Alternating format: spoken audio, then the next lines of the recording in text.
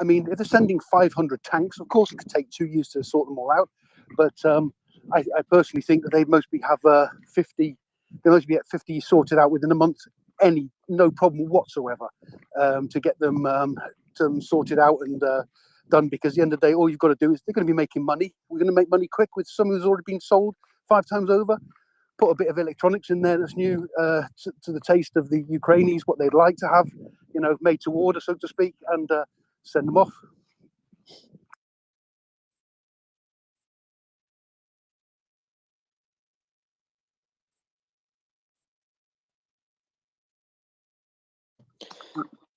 Couldn't agree more. Waypoints. Send them off. And Jordan is, Jordan has good, has long-standing links with many friends and allies in the West, the UK amongst them, and I'm sure they would be amenable to, or at least receptive to requests to transfer the Challenger ones that they want to get rid of. Because I mean, they could always send them to IKEA, see if they take them, or they could send them to Ukraine. Waypoint. Another thing that we Brits have got that's mostly, I don't know where they could possibly hand them over, is maybe some C-130s, some Hercs, because I'm sure that we're not using the old Hercs. My old man was a para for 28 years, and I'm sure they'll have a couple of Hercs that they could give the Ukrainians as well to travel some stuff. After some of their stuff being damaged, they can transport from A to B as well. They put them, low flying. They can do that as well. They can fly in really nice and low.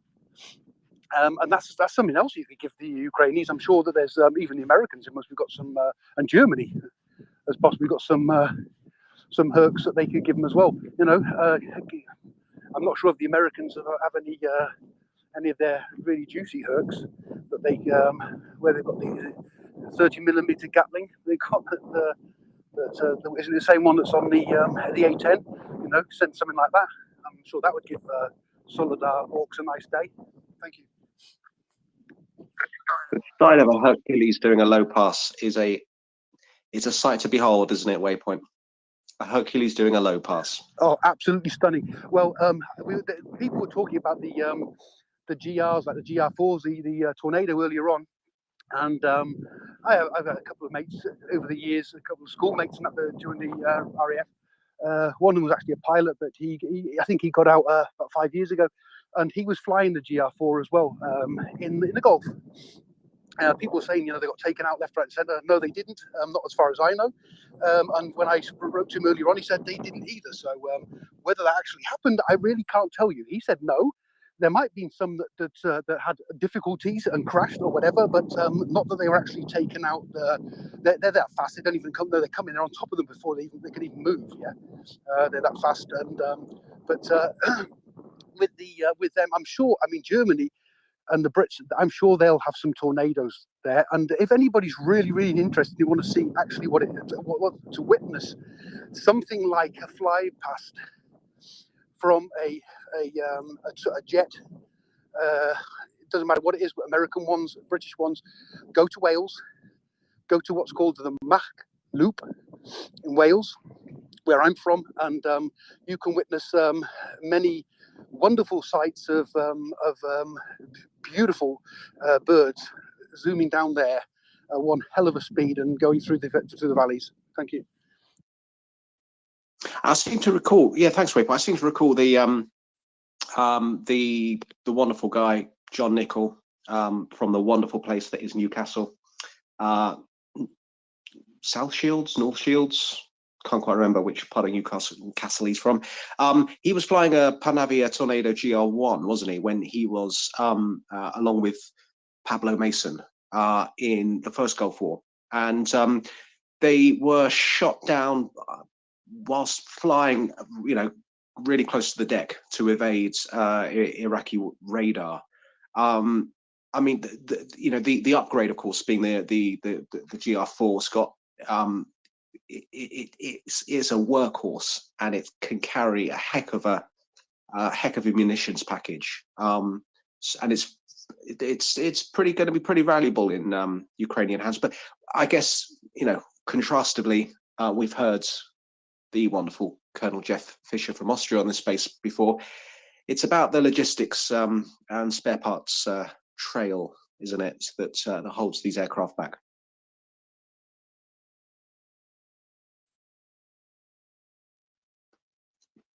But yeah, good in any hands. Yeah, right. Got a new hand up, New Crow. Welcome up. What's your comment or question on the invasion of Ukraine? Hi everyone. I just wanted to add maybe two things on what weapons to supply to Ukraine and on the actual German things how I see it. First of all, I'd love to see. Or let me start differently. From my point of view, Ukraine is going to be in a few years at least. It's going to be the eastern flank of the Western world, and its function is going to be for maybe, if we are unlucky, for decades to come, to really amount the deterrence that is needed to deter Russia from ever attacking or starting another war in Europe.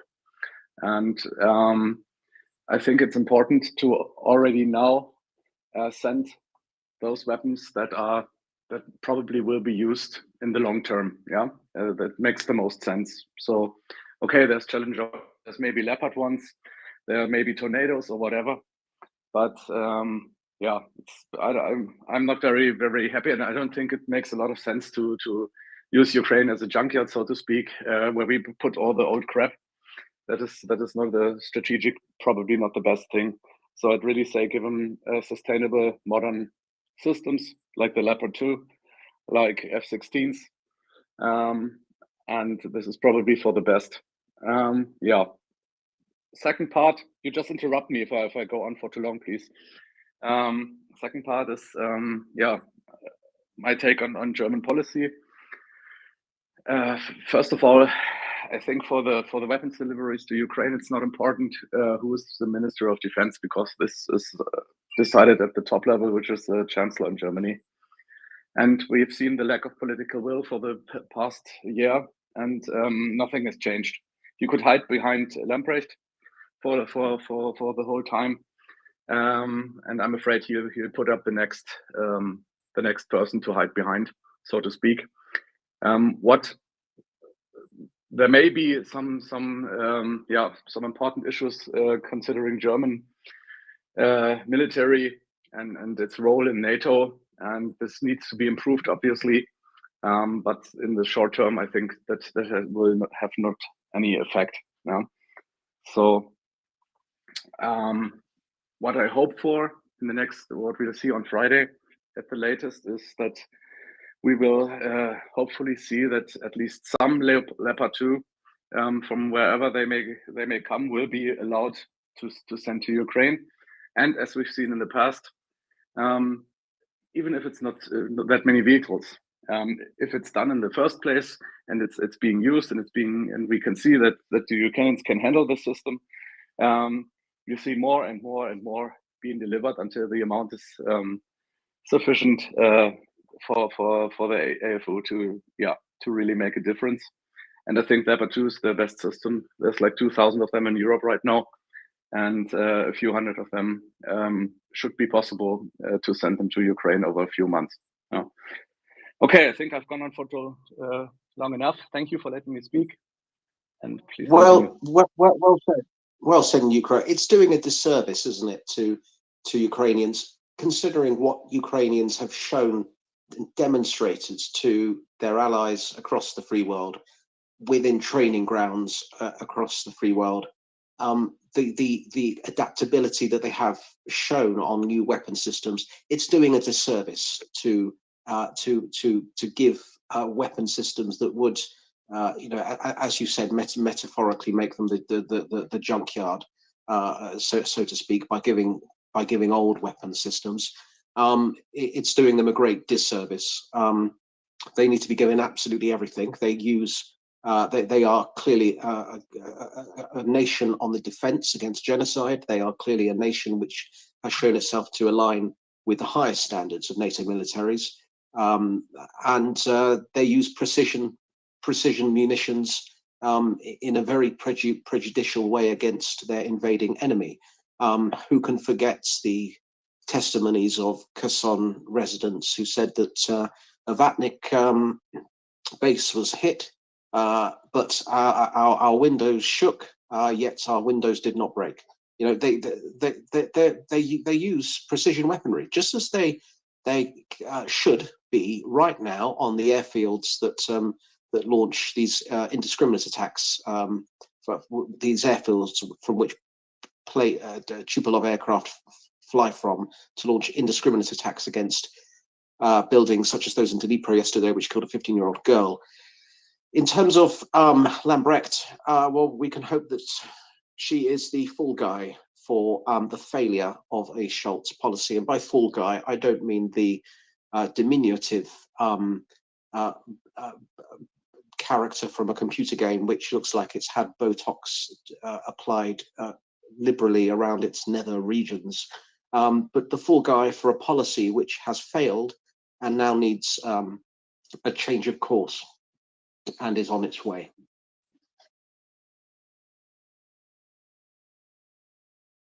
I do need to say that I absolutely agree about the former statement that yes, Ukraine needs not the garbage equipment. They need equipment that they can use to, well, not just use until they break down. The economy of that is not necessarily good for us either in Western Europe. I would like to see some Leopard A6. That would probably be good for KMW and German weapons industry in general. I would love to see Germany actually providing some of their own Leopard A6 or 7s. If it's just 12, let it be. I mean, that would be absolutely amazing for the Ukrainians. Gunny, how are you? Yeah, hi mate. Look, I just think people are kind of going into a bit of a fantasy world here. Send tornadoes, you know, send Challenger ones. Do this, do that. I think it's grasping at straws. I mean, take tornadoes. There's lots of suggestions the German Air Force should send tornadoes. They won't send 12 tanks. What the hell makes you think they're going to send tornadoes? Do you know? Are they suddenly going to have a flip and go, oh, well, you know, tanks terrible, but we can send fast air? RAF tornadoes? No. When an aircraft is decommissioned, okay, it gets stripped because there's lots of goodies in there. The Harrier fleet got stripped down in months. There's a few left around. I've seen suggestions. Someone took photographs of a couple of FA2s being moved around down at Coldrose. There's no engine in it. There's no radar. Everything's been stripped out. It's just used for training flight deck crews on the carriers. So, you know, we're going to have to start being a little bit realistic here. Not everything that's old that's being sent is junk. TOW missiles were first used operationally against Vietnamese, North Vietnamese PT-76s during the Vietnam War, and it's gone through concurrent changes. Now it's still a modern heavyweight anti-tank weapon, tandem charge, still a really good bit of kit. Other stuff is just not going to be usable. Tornadoes, actually 6 were lost down the Gulf in '91. I doubt very much the Ukrainians will be interested in getting tornadoes that have been decommissioned and have gone through some kind of frantic rework. I doubt very much the Ukrainians getting Challenger 2, even a squadron 12 to 18, is still going to be quite a new logistical hurdle for them to get over with associated workshops and everything. I'm not sure that they will want to take on some Challenger ones built in the early 80s that have been given to an Arab army who, let's face it, for the main, not renowned really for looking after kit, that have been brought back. They would need a thorough rework and then being transported across and then integrated into a training pipeline which is already dealing with banging crews out in Challenger 2. They are fundamentally different tanks. Forget the name; they're fundamentally different. It's just, you know, that's just nonsense. So I think they're getting their hands on enough goodies as it is.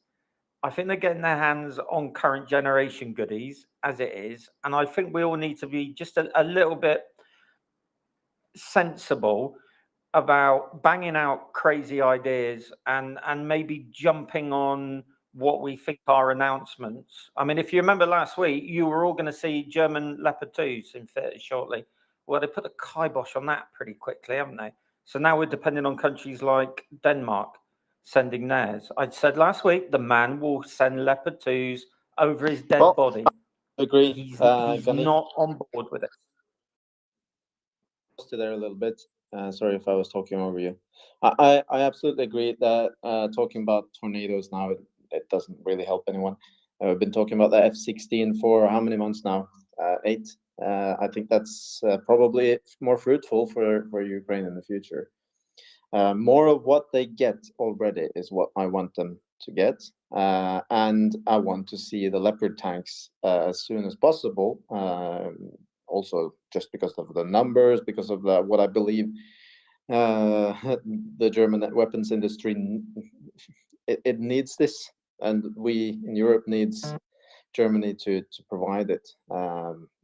So, yeah, I agree with you. We don't need to insert 5 different new aircrafts and theories of Apache helicopters right now. Do you have a reply to that? No, just you know, just everyone just try and be a bit sensible about this. They're getting Bradleys. That's a logistical train. They're going to be getting Bulldogs. That's a whole new set of logistics. They're getting Challenger 2s. They're getting AS-9s. All these things need very, very separate logistical trains. Now, the workshop side of it, great, because in British combined arms units, workshops look after a variety of platforms. That's what they do. You know, they're engineers. That's fine. But you're talking about lots of different stores, lots of different spare parts. I would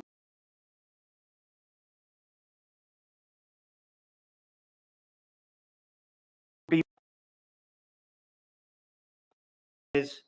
for breaching, all that kind of thing, and not think, well, you know, let's just grab 100 pretty old tanks off a Middle Eastern country, and then miraculously, kind of in 4 weeks, we'll be able to stick them on the battlefield, and they'll be usable. I think probably the training pipelines are rammed to the max anyway, and you know, just a degree of realism here, folks. Yeah. Sorry, Alan, mate. I agree with you, Gunny. And I mean, you know, we could raid the Bovington Tank Museum, couldn't we? But as soon as a track comes off, one of those many fine vehicles that are in there, you know, it's kind of difficult to replace. I agree with you completely, mate. Yeah, and I think like the Challenger 3s, I think this is kind of growing arms and legs for no reason. There's about 227, we think, in storage. The plan is 148 up to Challenge 3. That's a big project. This isn't a 4-week, take the turret off, stick a new one on, hey, diddle diddle. Taking an MBT, if you have a look at how the Americans do it, an Abrams stripped down to be brought up is stripped down. And I mean, you've just got the underlying steel shell. Everything's off it, sandblasted, structurally checked, and then it kind of goes from there. So it's a huge project. So I would like to think and this is going to sound a bit bad, but I think out of the 227, we need to be thinking how many does the UK really want to upgrade, keeping hold of them. It sounds like it might go from upwards from 148. Maybe another 30, something like that. Package everything, all the other Challenger 2s, them off over to Poland, get them in the training pipeline, job done, happy days. But I think that makes a lot more sense than pulling Charlie 1s from the Middle East and then chucking them in. No one's saying that they won't perform well, but even just the armor. Challenger 1 is Chobham armor. Charlie 2 is Dorchester. It's completely different. It's integral to the whole. And it's not something that you just take off and bolt on the new stuff, unfortunately. I wish it was, but it doesn't work that way.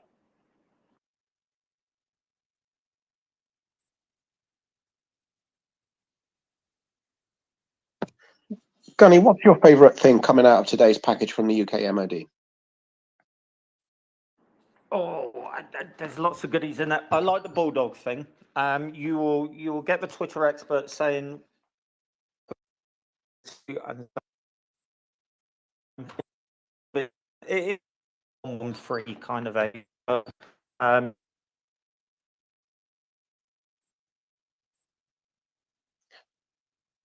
Gunny, I think your reception got really excited over the word bulldog, if you don't mind me saying. I like that. I'd heard last week they were doing it. There's a massive MOD site where it sounds like quite a lot of work pulling kit out and doing inspections is happening. The sophisticated missiles thing, I like. If Atacams aren't coming, Storm Shadow is. And Storm Shadow is a very, very good weapon system.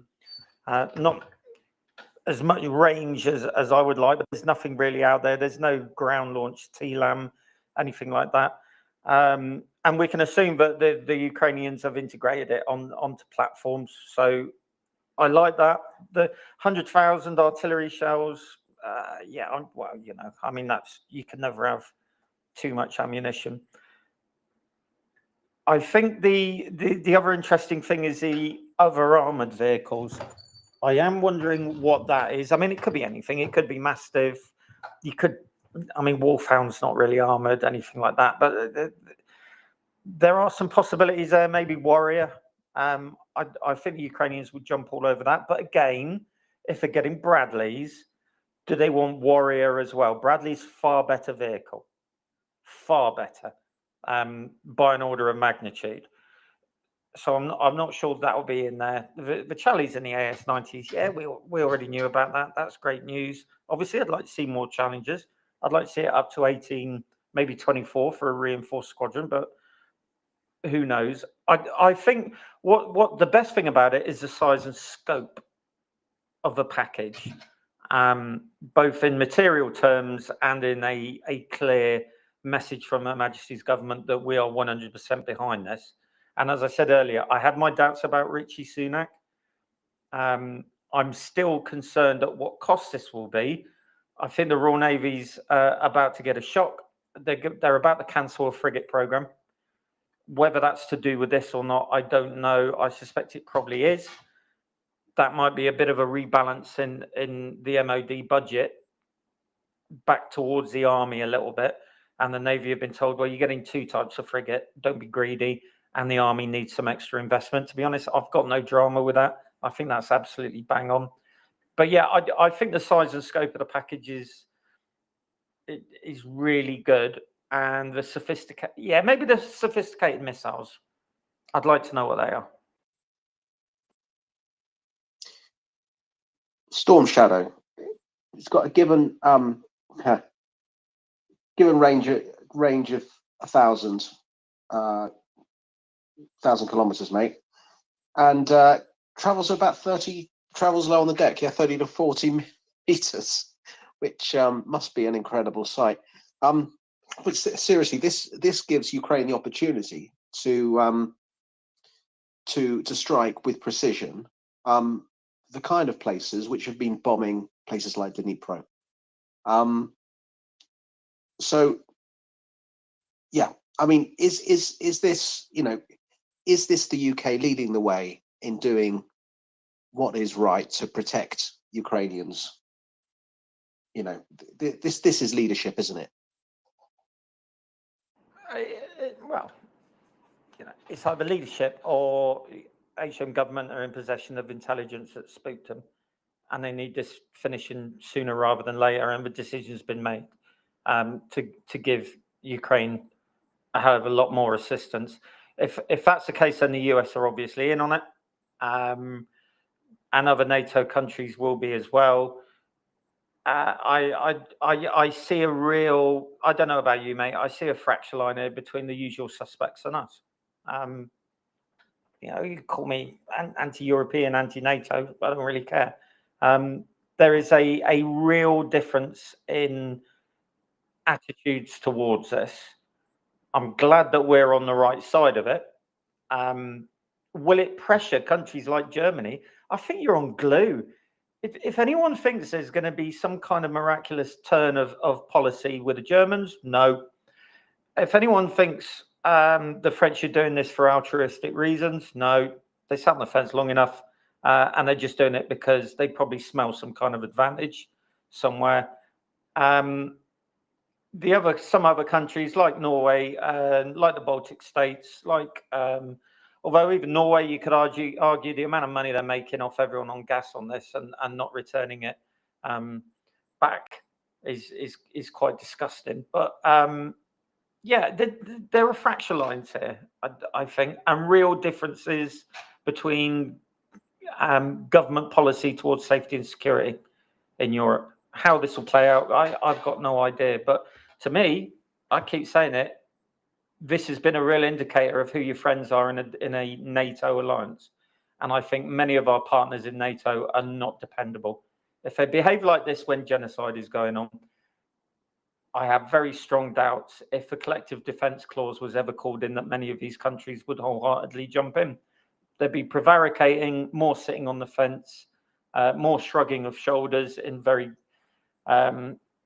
typical continental ways, and I think that means that we need to recess this whole NATO defensive alliance thing.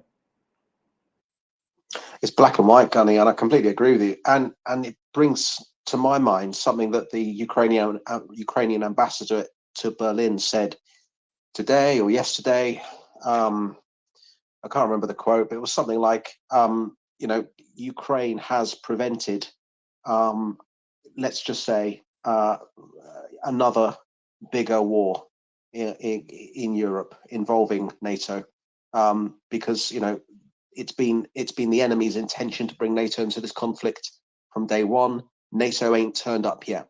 Ukrainians have been fighting the enemy which invaded them, and Ukraine has made sure that, like you said, that NATO hasn't had to make this hasn't had to maybe show fractures that may exist.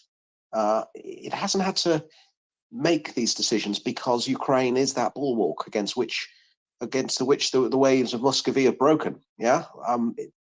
Moscow wanted to invade and take back with this irredentist ideology of it. It wanted to invade the Baltics and Eastern Europe, and in the words of the little goblin himself in the Kremlin, restore the Soviet Empire. So I'd agree with you, mate. It's black and white, and it's good to be on the right side of it. Well, yeah, just if you think about it, what was NATO originally created for? It was to defend democracies against Russia. Russia has now carried out an act.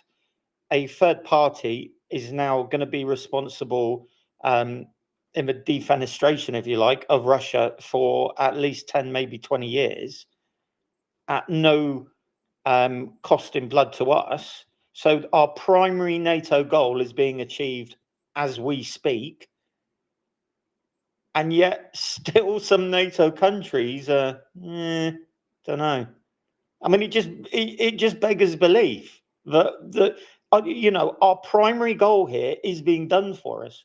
All we have to do is chuck them a few $100 million worth of kit, and they'll crack on. They'll do it for us. They're going to do our dirty work for us, and still European countries shrug their shoulders and can't make their mind up. And with friends like that, who needs fucking enemies? It beggars belief, mate. But for me, it's if you look at it in historical context, it's not the first time allies have shat all over each other. I doubt it'll be very much the last, but it is a fair indication of, I think, certainly where the UK's military priorities should be redirected. And keep your friends close and your enemies sort of closer doesn't really work with this. I think Eastern Europe has shown itself to be up to the task of looking after not only their own security but being proactive, and other countries have just shown themselves to be weak and frankly pathetic. Gunny, you brought up something that I do absolutely agree with. Norway has earned enormous amounts of money on the war directly. Some people say indirectly, but I say it's directly, because one of the war plans of the master strategist in the Kremlin was to make sure that the oil and gas prices were skyrocketing already before the war. It was a part of the war preparations, and it is a part of his in his armory, he thought. But I would say, though, that Norway has at least done as best as it could to provide, or the companies that provide the gas and oil have done at least as much as they can to provide Europe with the necessary carbon energies. But the state that collects all the advances from this should definitely contribute more. And I wouldn't. There's nothing that would please me more than all of it being donated into a fund of reconstruction for Ukraine. I'm not sure if we're going to have billions of euros from that going into weapons. Maybe some, but I do believe that there is a possibility that at least a few 100 billion kroners would go to reconstruct Ukraine, and that's the least we can do. And I would feel ashamed for the rest of my life if we don't. Prince. Erland, it's good to see you. Good to see you all today. I actually was sort of picking up on your conversation about recycling and wanting to have, what was it, a BMP1 or something like that in your garden. And I wanted to talk about the ability to have a piece of some of this destroyed equipment. At Christmas time, I was shopping around, and I found on Etsy many postings. You can get part of a tank, part of an APC, part of a helicopter, part of a jet, part of the shell, an artillery shell that is left after it's been fired.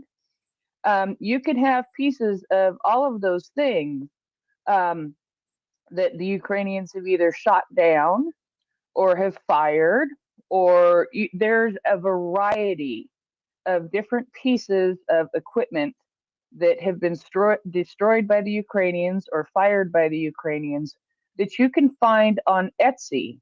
And people are making key rings out of them and different kind of mementos. I don't think that I would ever actually use the key ring. I would find a very cool way to keychain to display it. Many of them, like the very small one that I got for a friend, which was part of an artillery shell fired by the Kraken unit. It also has impressed on it the Russian warship "Go F Yourself." They range from like $30 up to $100 or so, depending on what it is. The helicopters and the fighter jets that have been shot down seem to be the most expensive. But there are some very cool things that they are doing to recycle this destroyed equipment that is raising money for Ukraine. So I wanted to add that, because if people want a little piece of something that Ukraine has fired or shot down, it's totally possible to do. It's all over Etsy.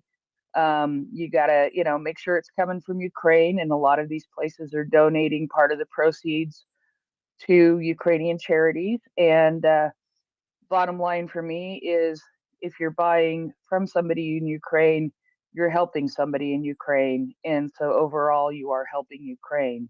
So that is one way that items are being recycled and being put to very good and interesting uses. for people to have a piece of things and help to recycle the equipment that's being shot down and taken care of. So thank you. I'd just like to say, Prince, Etsy is amazing, isn't it? I could spend a sodding fortune on there. Oh no, it really is. I very limited income, and I buy presents for very, very few people. But I did find also a friend who is very much into nesting dolls, and I've had a wonderful communication with a woman in Kyiv as I purchased some nesting dolls for a friend's birthday, and they are just beautiful. But Etsy is a place where you can totally get lost, and a lot of things to support Ukraine on there, and in the recycling of downed Russian destroyed Russian equipment and shells that have been fired at the Russians is just an amazing piece to be able to you know to have. It's you know a wonderful and interesting way to support Ukraine. Yeah, I got drunk one night, and 4 days later, an empty barrel of bourbon turned up. So it's amazing. Prince, yeah, and Gunnar, I'm sure you appreciate this. I mean, Rasoya Vorani Korabli Yedina Hui, and it actually went and did that. And I'm trying to think of another example in history where an enemy has been told to go F itself, and it literally went and did that. If anyone can think of one, I'd love to hear it. But yeah, on the Etsy topic, yeah, the organizing of these Ukrainian vendors, so that people know that they're buying from Ukrainian vendors, I thought was one really positive thing that came out of last year, because you know there's lots of artisans making stuff, and Etsy is a very important place for them to sell, but people wanted to buy from Ukrainian vendors, obviously, and I think United 24 or the Ukrainian government, I'll have to double check that, was really important in kind of telling people, you know, who was a Ukrainian vendor, and you know, so people weren't just buying it from anyone. Yeah, it's been a really interesting experience. I haven't bought a lot on Etsy prior to that, but it was a wonderful positive experience. It takes a little bit of time, but the tracking with the Ukrainian Postal Service is actually amazing. Also, you know, you can watch it leave Ukraine and give it a couple of weeks to start to show up, at least for me in New York, and then make its way to a small city in Washington as a gift. Was, you know, the tracking was absolutely amazing, and the communication with the Ukrainians, and they're very appreciative of people supporting them, and I hear that from each purchase that I make.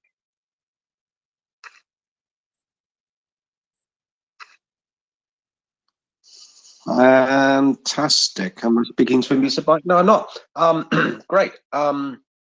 Chris, you've got your hand up. Welcome up. Thanks, Wendy. I hope to frame this question properly, but the armor that they're about to receive, the Bradleys and these Challengers and the Leopards, you know, we hear a lot about how well they are offensively and how much they're going to help turn the tide and whatnot. I'm just curious, defensively, like because they have longer optics, I imagine, you know, like you send 12 Challengers, how safe are they with what Russia has to deal with or has to fire? We have the Javelins, obviously. Their tanks stand no chance against that. Do they have any systems, or can you think of anything that puts them in a vulnerable state, or we send 12 and it's just a matter of keeping them maintained, and they should have 12 at the end of the war for the most part? Does that make sense? Or Yeah, sure. I can try and answer that. So it's not just about the systems they send and what kind of armor it has and how many rockets or shells it can take. It's also about how you use them in the field.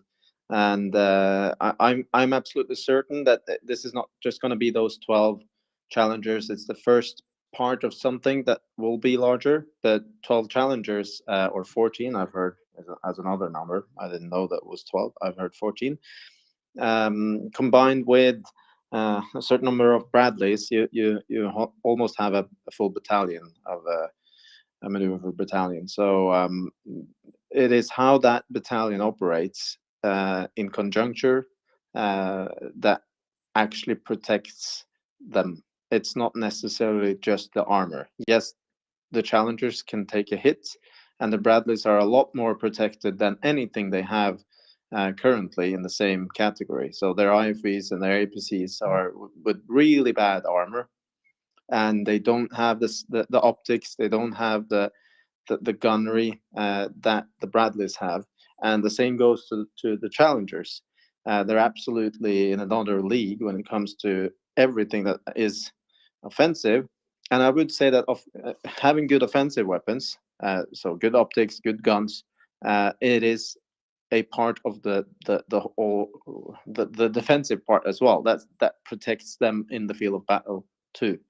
And when they apply them, as they will be taught in Germany by U.S. Servicemen in maneuver warfare and combined arms operations, that will be their most important, how to say, strategic advantage. Not just the equipment in itself, but the equipment enables them to imply certain tactics that they cannot do right now.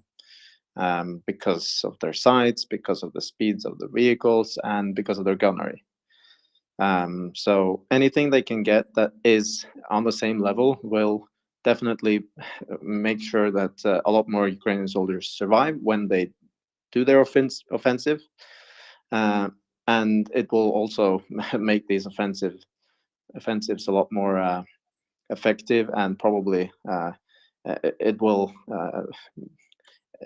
accelerate at one point. I don't believe that these 12 challengers will just be sent out to the spear front immediately. I think they will train on them in Ukraine.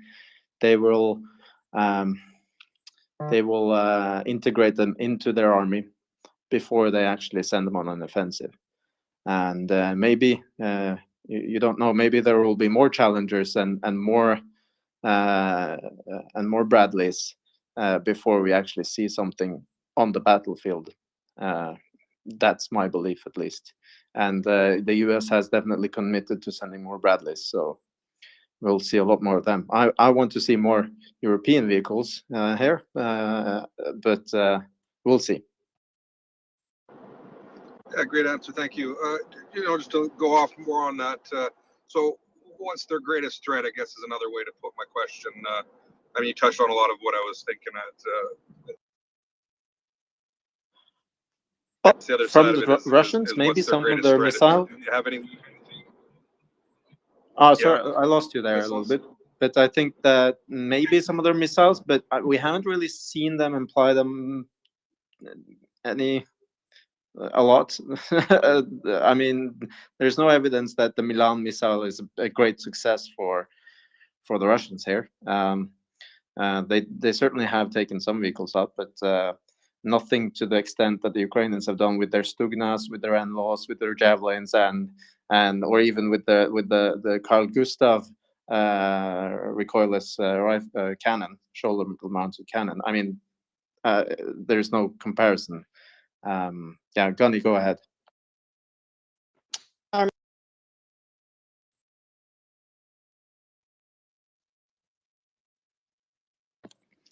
Did we lose Gunny there, or is it just me? Yeah, I can't hear him either. It cut out there.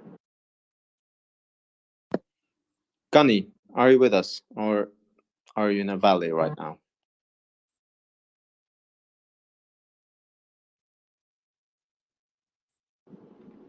So I guess what you're saying, as long as that they use the equipment properly, there probably isn't too much of a threat to the vehicles themselves. Well, yeah. So in a combined arms warfare situation, you want your infantry fighting vehicles to protect your main armor, your main weapon, your spearhead, and we have seen the Ukrainians to some extent do that, but not a lot with their IFVs. We have seen some evidence of them using their IFVs together with their main battle tanks. But I do believe that we haven't seen it all. They've been hiding a lot how they do this. We know that during the Kharkiv offensive, there was a lot of armored vehicles that punched through the Russian lines. But it was at a risk because their vehicles are not protected well, and because they don't have the same speed, the same sensors, and they had to take that risk. It was a successful one that they broke through an absolutely abysmal Russian line and captured thousands of vehicles and ammunitions. I mean, absolutely perfect offensive. But there's no way to be certain that that's going to happen again with that kind of equipment. Another thing that is very useful is that they're getting a lot of other fast vehicles that can carry personnel and be tank destroyers, like the French tank destroyer and the Striker, and they can follow up on forces to enforce the spearhead of the maneuver. So there are so many components into a successful armored maneuver that you can't just say, are the Bradleys and the Challengers going to be enough? It's how they use them, it's how they use the rest of the logistical system behind them, and how they imply the reinforcement that they have to come immediately after a breakthrough happens. So it's not very easy to answer the question, but I tried my best. Unfortunately, I have to drop down as a co-host, but Wendy and Mockers, thank you very much, Wendy, for your co-host time with you. I really enjoy co-hosting with you, Wendy, so I hope I will again soon. Thank you, Erland. Thanks, Ron. Thank you, Erland.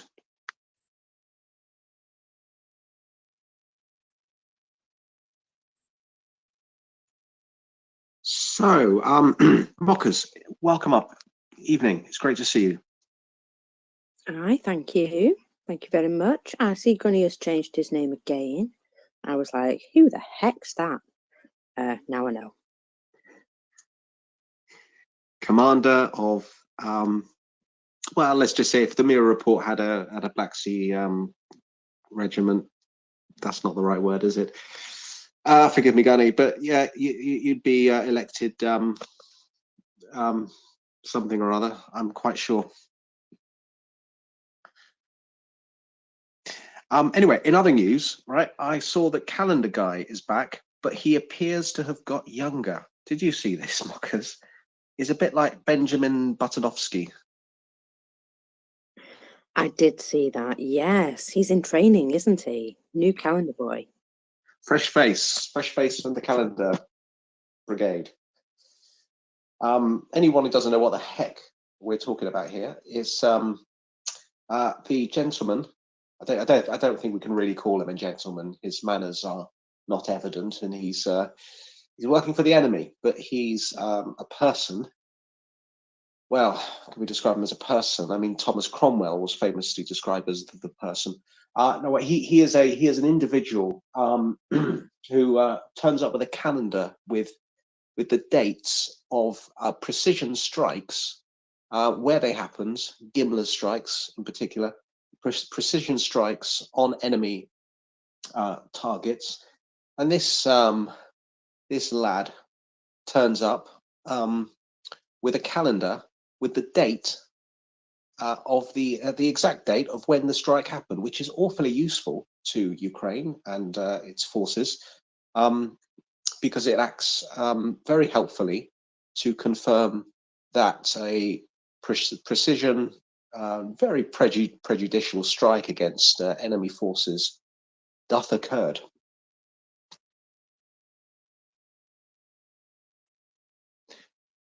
Speaking of booms, Mockers, what's taken your interest in the boom world today?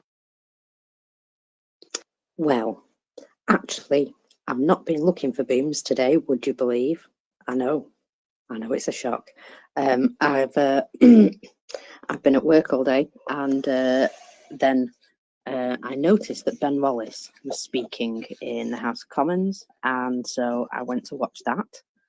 And so I've barely had time, honestly. However, I did like what he said. And I've got a bit of it written down here because I'm that kind of girl. He was very clear with his words.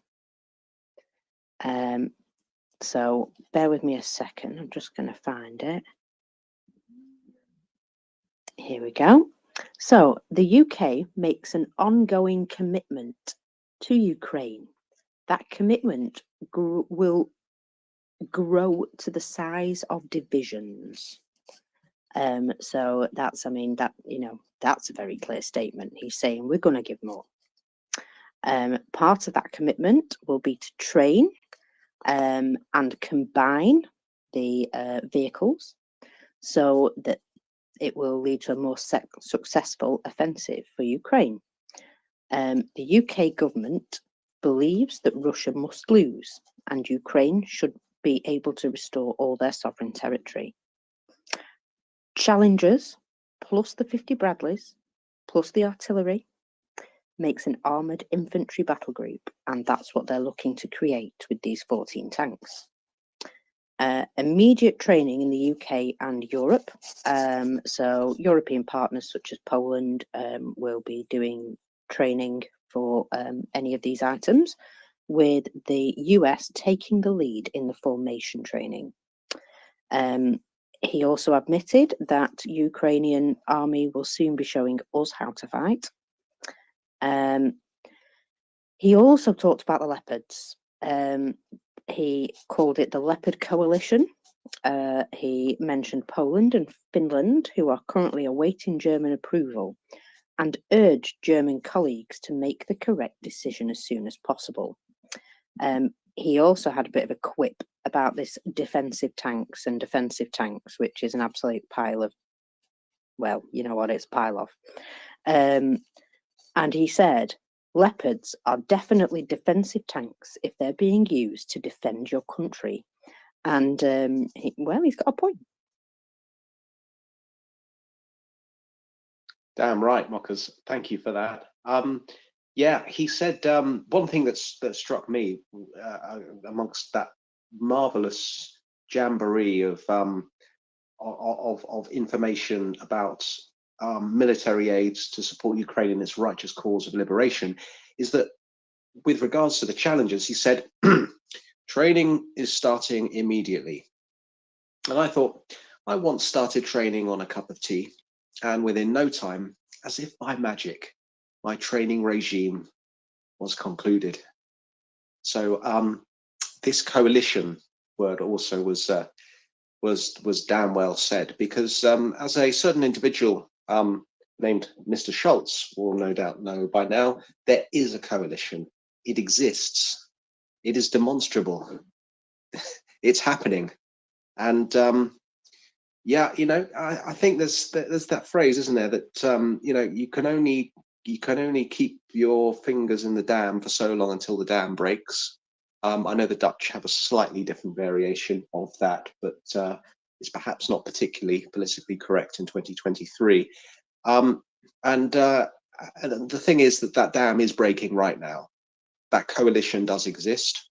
There are no roadblocks. It's being the road's just being driven down. So it's fantastic to see this increase in the last 4 weeks. Bradleys, bulldogs today, as Gunny was just talking about. You know, the bulldogs. We how many times have we seen videos of brave Ukrainian liberators crossing fields whilst under fire, whilst under threat of fragmentation?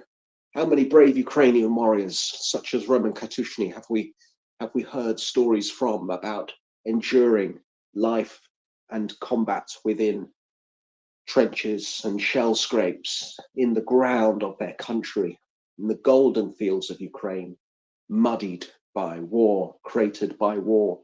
Yet they remain, as the cyborgs did back in 2014, on this day in 2014 in Donetsk airport. And ever since, throughout, post-Minsk, of course, because those Minsk agreements were broken by the enemy day after day I was through about to say endless- what Minsk agreements. what Minsk agreements exactly. Now we have a coalition giving the necessary protection to keep these human beings, these Ukrainian warriors, safer from fragmentation. And this is happening. Whether Scholz likes it or not, this is happening. So, thanks.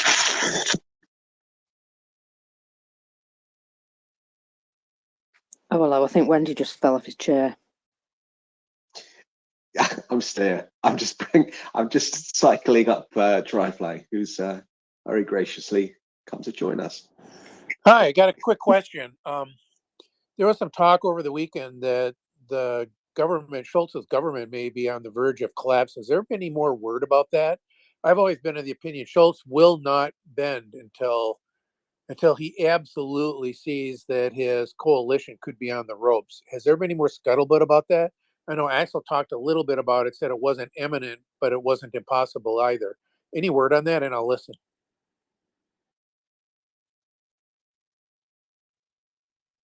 Scholz is currently in a brewery, Dryfly, possibly mulling over the collapse of his government. I saw that and made some speculation. snarky comments on it. Yeah, he's definitely not working. Having a good time though in his last few days. Yeah, or maybe drowning his sorrows. But if it is sorrows, what a pathetic bunch of sorrows it is. Evidently, one's political ideas have been proven to be a disaster. I mean, it's incomparable, isn't it, to the charge of the righteous cause of Ukrainian freedom and liberty. Yeah, there's certainly change afoot. That's definitely what we can say, Dryfly. Changes are happening. Can I add one more thing? So I mean, even if you don't think it's righteous, even if he isn't of that mindset, the self-interest for the West is it's off the charts. I mean, I just cannot see what the holdback is unless he's complicit. That's why I wondered if his government was close. If the Greens and that other leg of the three-legged stool had just said, we're done. I mean, I get it that Scholz's party may never come around to that, but those other two have got a lot to lose from what I read if they don't get something done quickly. And I'll listen.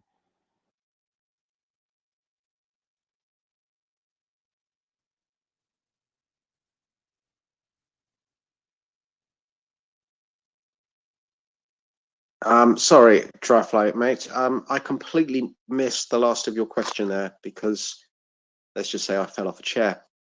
All right.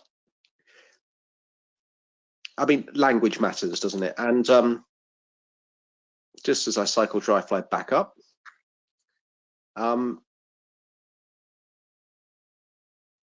he'll be able to repeat the last part of his question, which is entirely my fault that I missed. Yeah, I was just wondering, the other two, there's three legs of that coalition. And my understanding is that the other two legs of the coalition are actually quite concerned about the blowback. Scholz's party itself, from what I've read, is nowhere near as concerned, that they're more in line with this whole do nothing approach.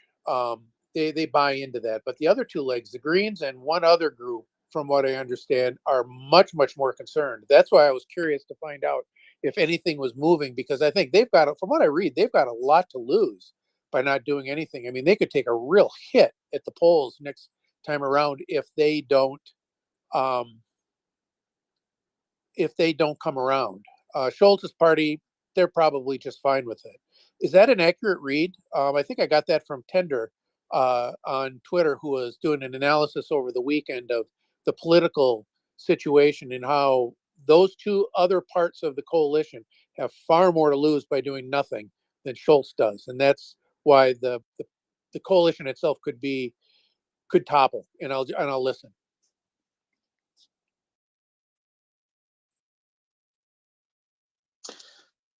we've certainly seen some political change within Germany in terms of purported shifts in ideology. Dryfly.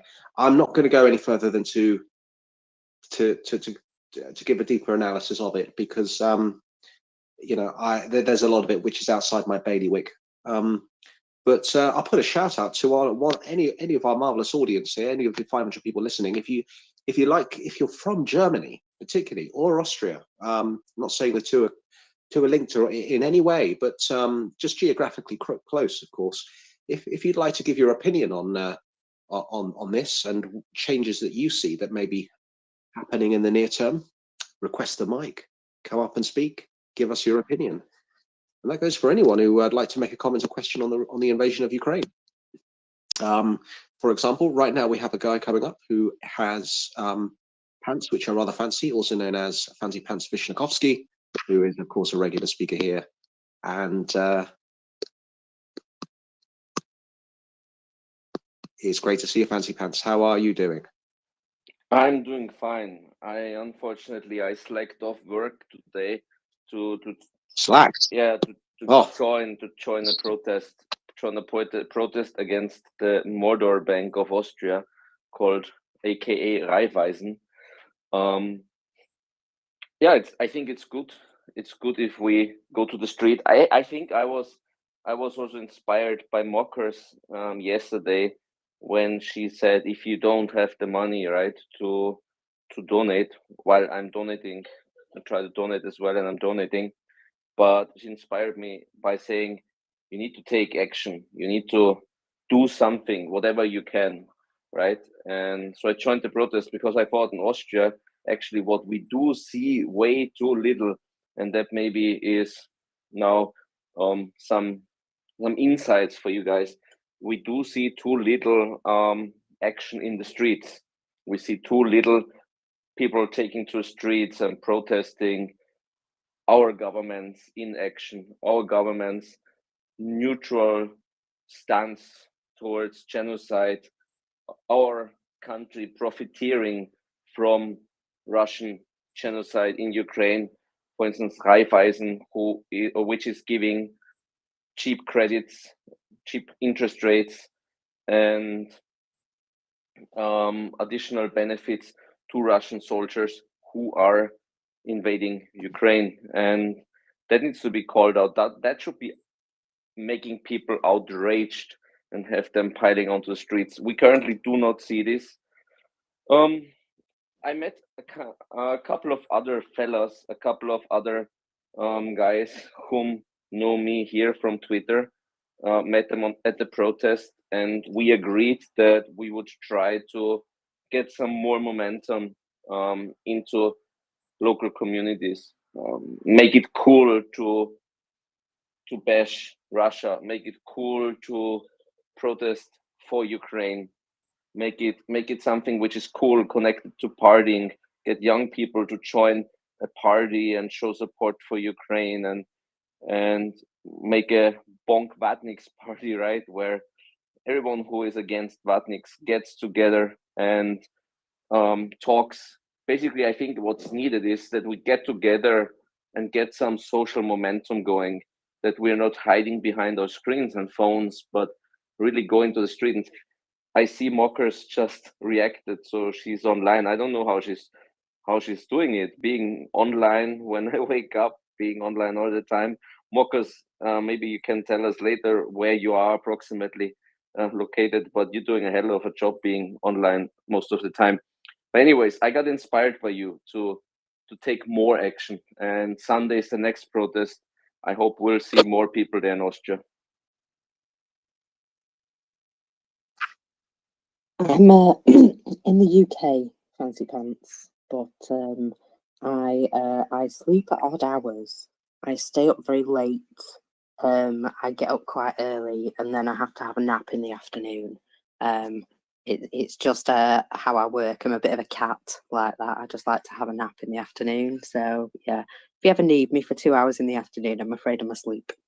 That's perfect. I just assumed you might be in the US, but that explains a lot, you being in the UK, because You teach me a trick. Napping during daytime allows you to enjoy Yehuda in the evening and night hours, probably. And who else? Who else is up there in the early mornings, European mornings? I forgot. I'm sorry, I forgot.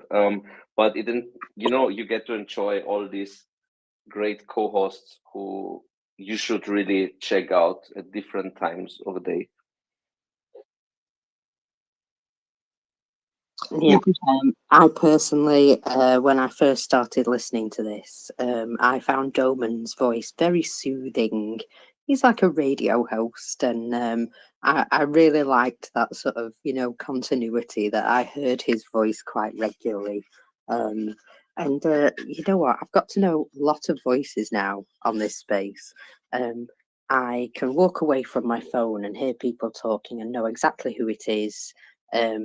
I have a little idea of where you live and what your point of view is, if you know what I mean. And I find it a comfort that I've found a community that, there's not everybody that I can talk to about artillery, I can assure you.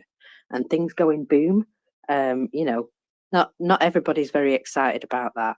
They think I'm a bit of a strange puppy when I'm like, woohoo, something's exploded. And yeah, so when I get excited about explosions, and my friends and family look at me like I'm nuts, I can come here and you guys accept me wholeheartedly with open arms, and I love that.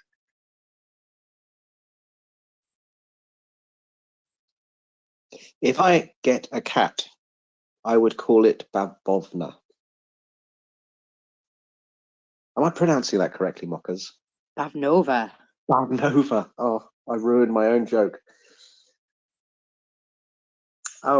Fancy Pants, I'd like to commend you on getting out there, getting out into the street and going to these I wouldn't call them protests, I'd call them solidarity events, and speaking to people, because wherever we speak to people, and we talk about this all the time on the space, of course, but there might be new people on the space today, so we'll just briefly mention it, whether it's in our workplace, whether it's to our elected representative trying to push a leaflet through our door, to try and perhaps avoid speaking to their electorate or their wannabe electorate. But anyway, whoever it is we speak to about Ukraine, it's really important to engage, because engagement is an achievement in itself.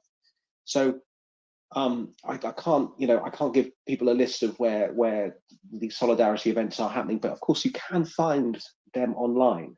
In my little part of the world, in the UK, there's regular events in London every Saturday, every Sunday, outside Downing Street, of course, which is you just have to turn up at Whitehall and you know where to go.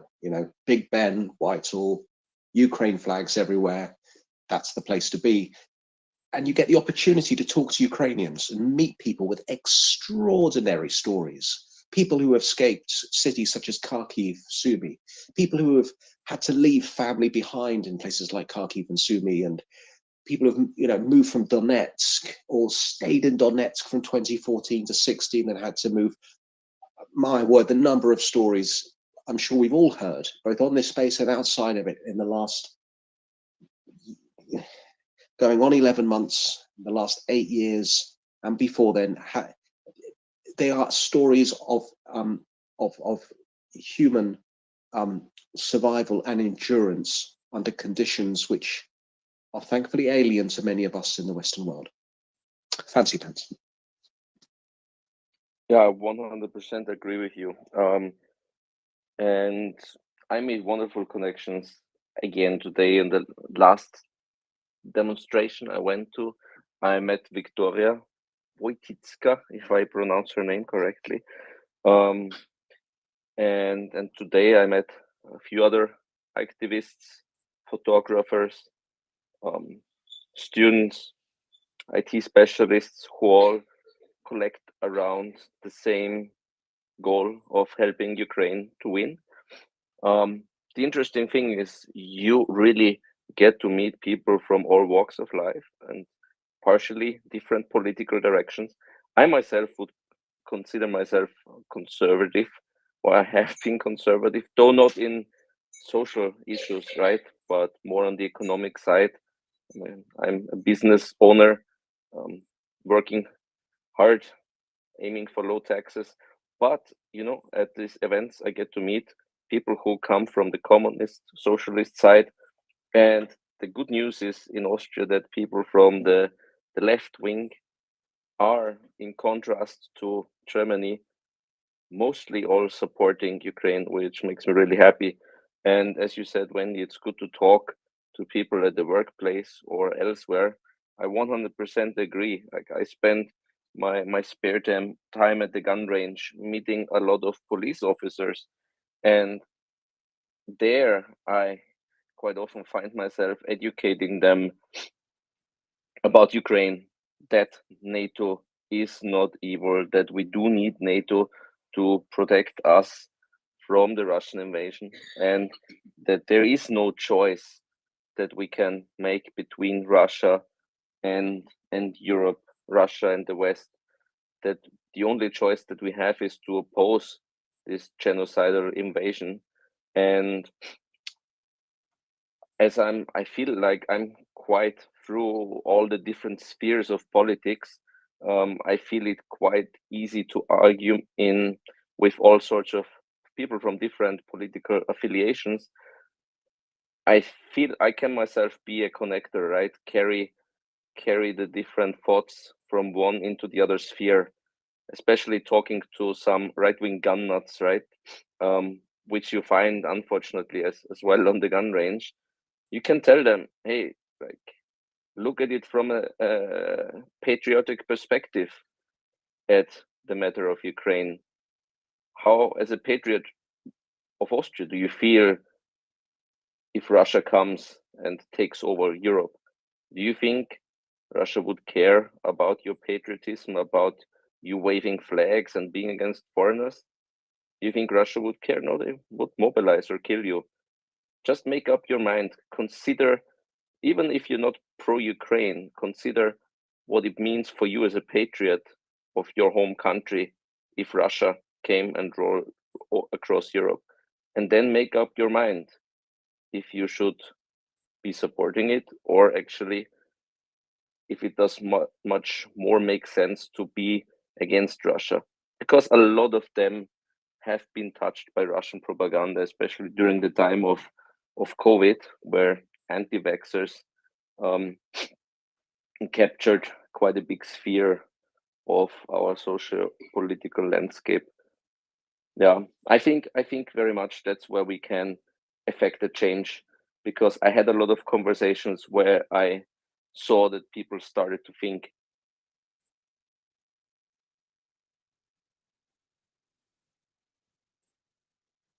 Bridging that political divide. It always needs to be done. Yeah, I'm a bit like an oddball, like mockers, right? Sleeping at weird times at times maybe, but more than that, I don't fit into any political box, or I don't fit into any group that you can form. So I'm kind of like this free electron that jumps in different spheres. I think it sometimes needs oddballs like us who can reach different groups of people and maybe connect them. You know what? I'm not going to deny being a bit of an oddball. I absolutely love that I could inspire you to go out and do some more. Now, you see, I would love to do something like that, but I'm actually at the opposite end of the UK to London, and it would be, well, I don't know, with our trains, it could be anything from a 10-hour round trip to a whole day, maybe even more. You never know. However, through my other job that I do, I know for a fact that even right up here in the north, up north, there is families from Ukraine, mothers and children living in my area. And Fancy Pants, you've inspired me.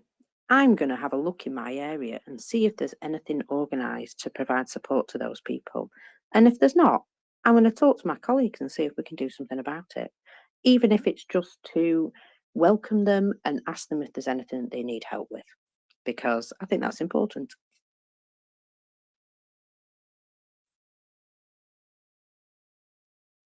I've written it down in my book, so it's going to happen.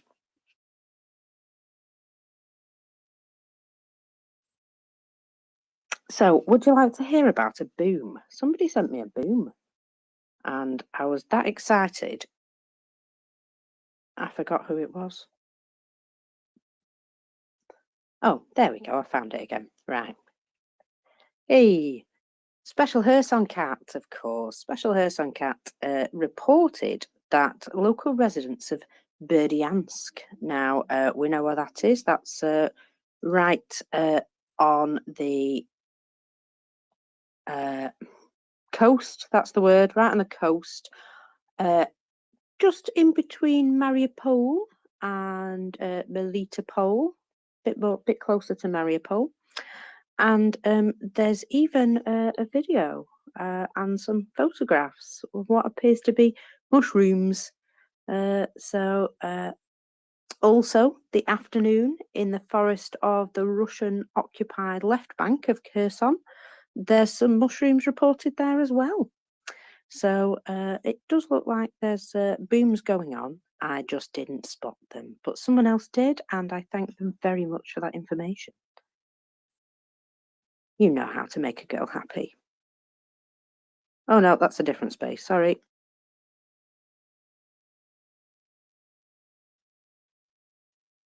Sorry, I just cracked myself up there. I apologise. We always love that. Bavovna. Mockers. Bavnova. Nova.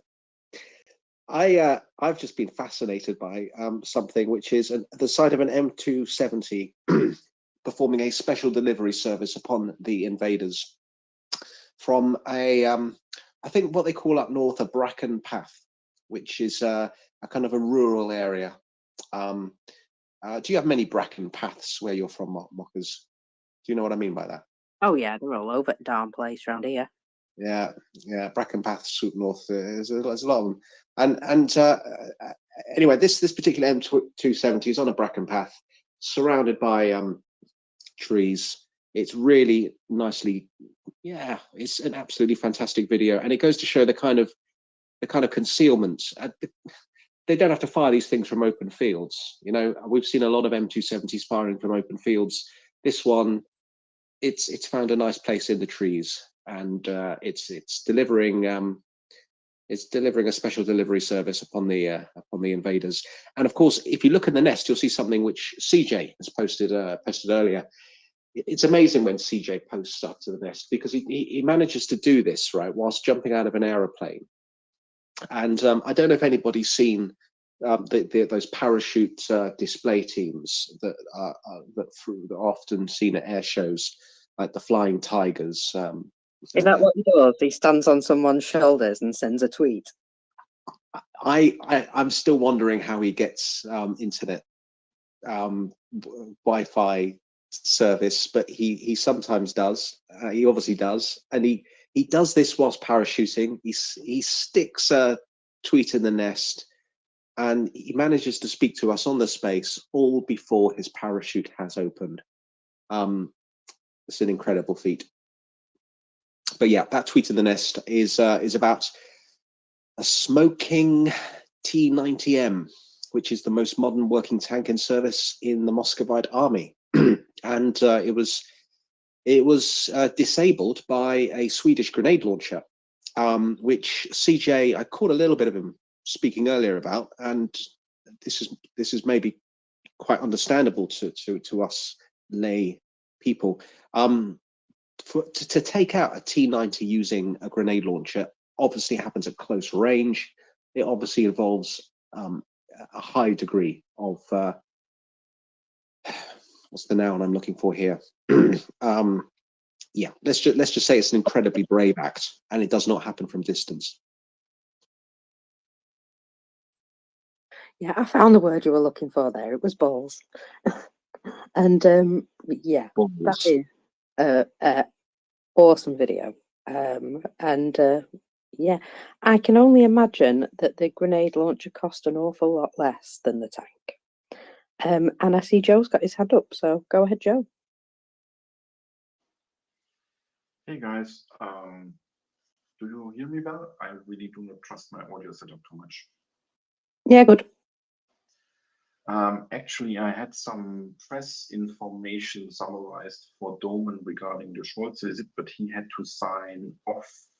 So he recommended that I speak now because there is some defense related information to his brewery visit if you want to hear it. If you've got information, I want to hear it. Yeah, actually, I got suspicious because my late uncle worked for this brewery and never said that a high-ranking politician visited them in the 40 years he was working there.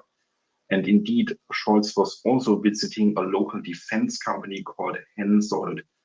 I don't know them, so I looked them up, and they seem to be a supplier for specific parts for the Leopard, as well as air defense radars. On their website, after their products, their first point is how to help Ukrainian people. And they say essentially that providing technology to support Ukraine's right of defending its territory is not enough. You need the supply chain as well.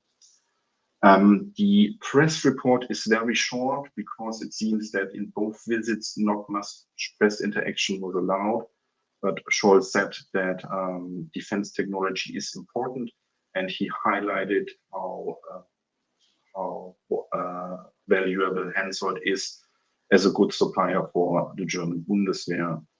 The CEO showed him around and looked at especially like the air defense radars, which according to them already help to support systems and technology in Ukraine. I just thought that this was interesting. I'm not sure why like the national press hasn't picked it up.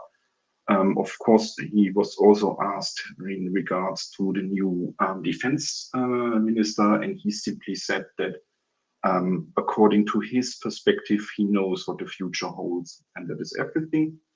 And else, the press ends a bit on a funny note because there were actually protesters. However, there were protesters which were pro-nuclear energy, and that's all that I have on that topic. The newspaper that reported most of it is the Augsburger Allgemeine, if anyone wants to have a look, and I will listen.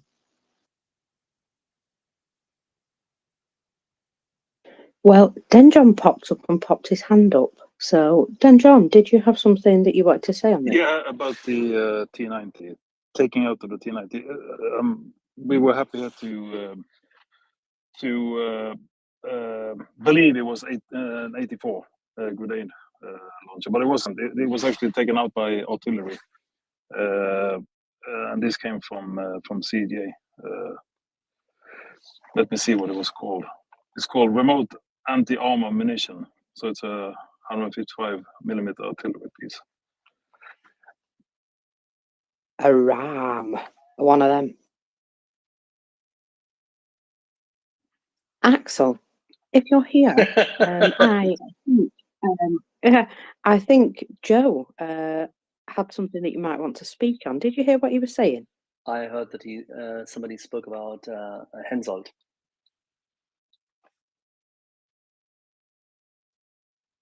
Yes, that when Scholz, our friend, was having a beer, that he may have actually been using that as a cover to go and visit.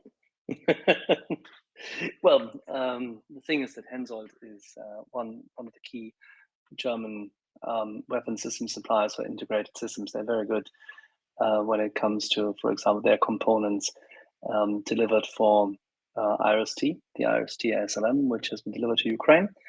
And I'm quite sure that most of the visit actually pertains to that, given the fact that Mr. Scholz prides himself on having arranged for that to be delivered.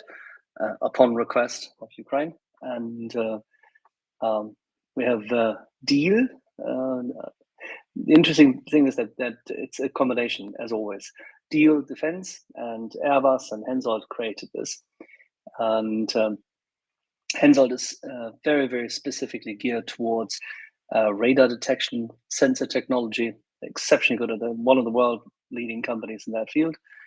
And that is their component. So there's everybody who's been in some shape or form ever following this process or has been involved with the Bundeswehr, for some example, then it's called the tunnel, the TRML 4D. That is their multifunctional radar, and that's what they've been using.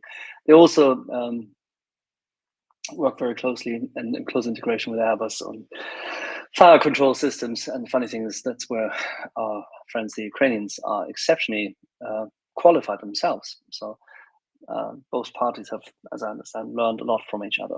And key thing is that Hensoldt is chartered and had indicated, and we once discussed it with one of our colleagues here on the space a few months ago, a significantly, should we say, Hensoldt supports a deal in developing a system called IRIS-TSLX, which creates a significantly different altitude profile and also, say, a wider range.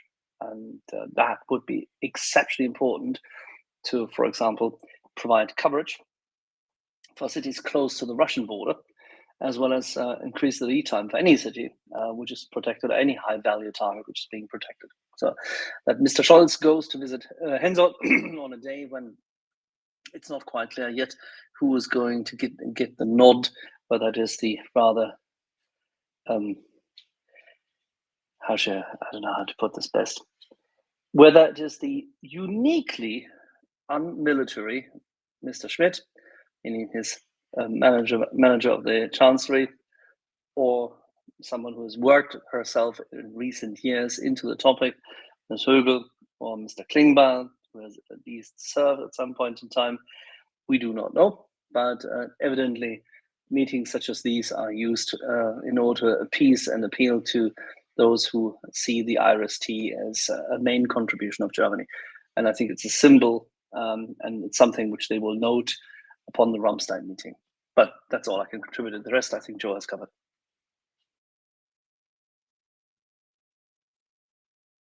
Thank you. So the answer is wait some more and we'll see. Yeah, okay. I can do that. Prince, you've popped your hand up, my lovely. Good evening or afternoon for you all. And I see that Axel has popped up, which prompted me to pop up. I know that Wendy is a big fan of cricket, but and I see George. I also sent George a message about this. But Axel, am I correct that you do follow the NFL to some degree and enjoy American football? 100%. Do rub it in, please. Okay. Last night we got into a discussion regarding sports. One Nancy was co-hosting in the evening hours here in the United States, and it was a very great discussion. But what resulted from that was a listener pointing out to us a documentary from NFL 360, and it is in the NEF. It's the third one, and it's called "Who If Not Us," and it highlights the Ukrainian American Football League and the response of the Ukrainian Football League when the Russian invasion happened in February, and how these football players have joined the military. And it is an amazing hour-long documentary that follows the soldiers who are fighting on the front lines. It follows a bit of their families.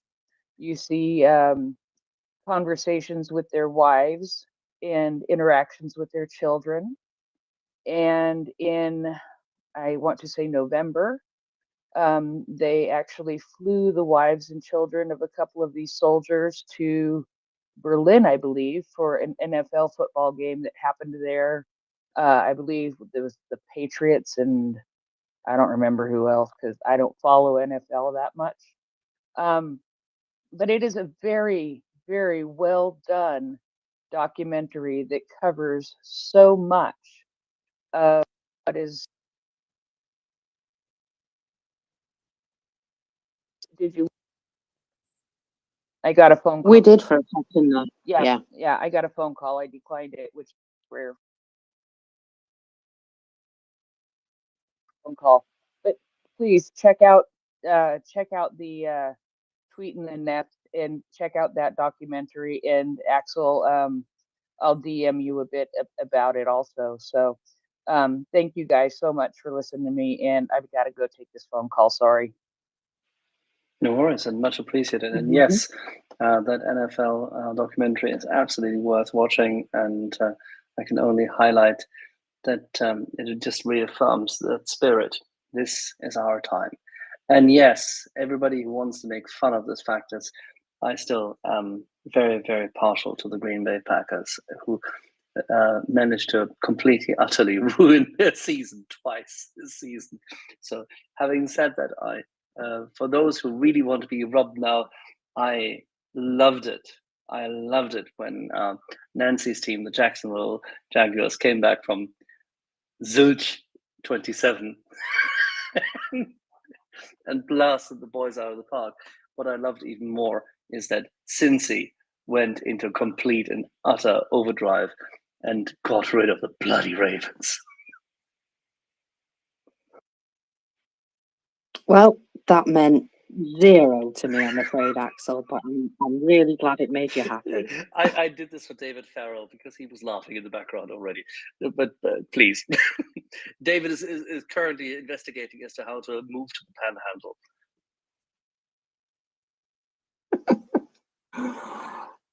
George, you have your hand up, my friend. Yes, it's going to be an interesting next couple of weeks here in the States with the American football playoff season moving along as it is. So I was going to ask. I saw that the British made their announcement, so on and so forth. I heard there was going to be 8 AS-90s. Did they say anything? Because we had heard about 30. Is there any clarification? Is this the initial 8 with more to arrive, or did they just say 8 were being sent? 8 initially, with further following as they're ready. So it seems to me that they've had to dust them off a bit. So 8 are ready to go immediately. Gotcha.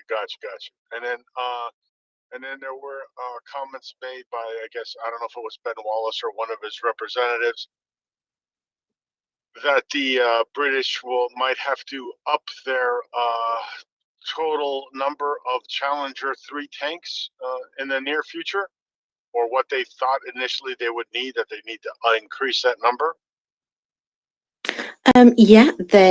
He announced a lot of investment into the British Army. He outlined where it was going to go. Of course, I didn't write that bit down because I was writing at the speed of light as he was talking. And I felt it wasn't, wasn't the most pertinent.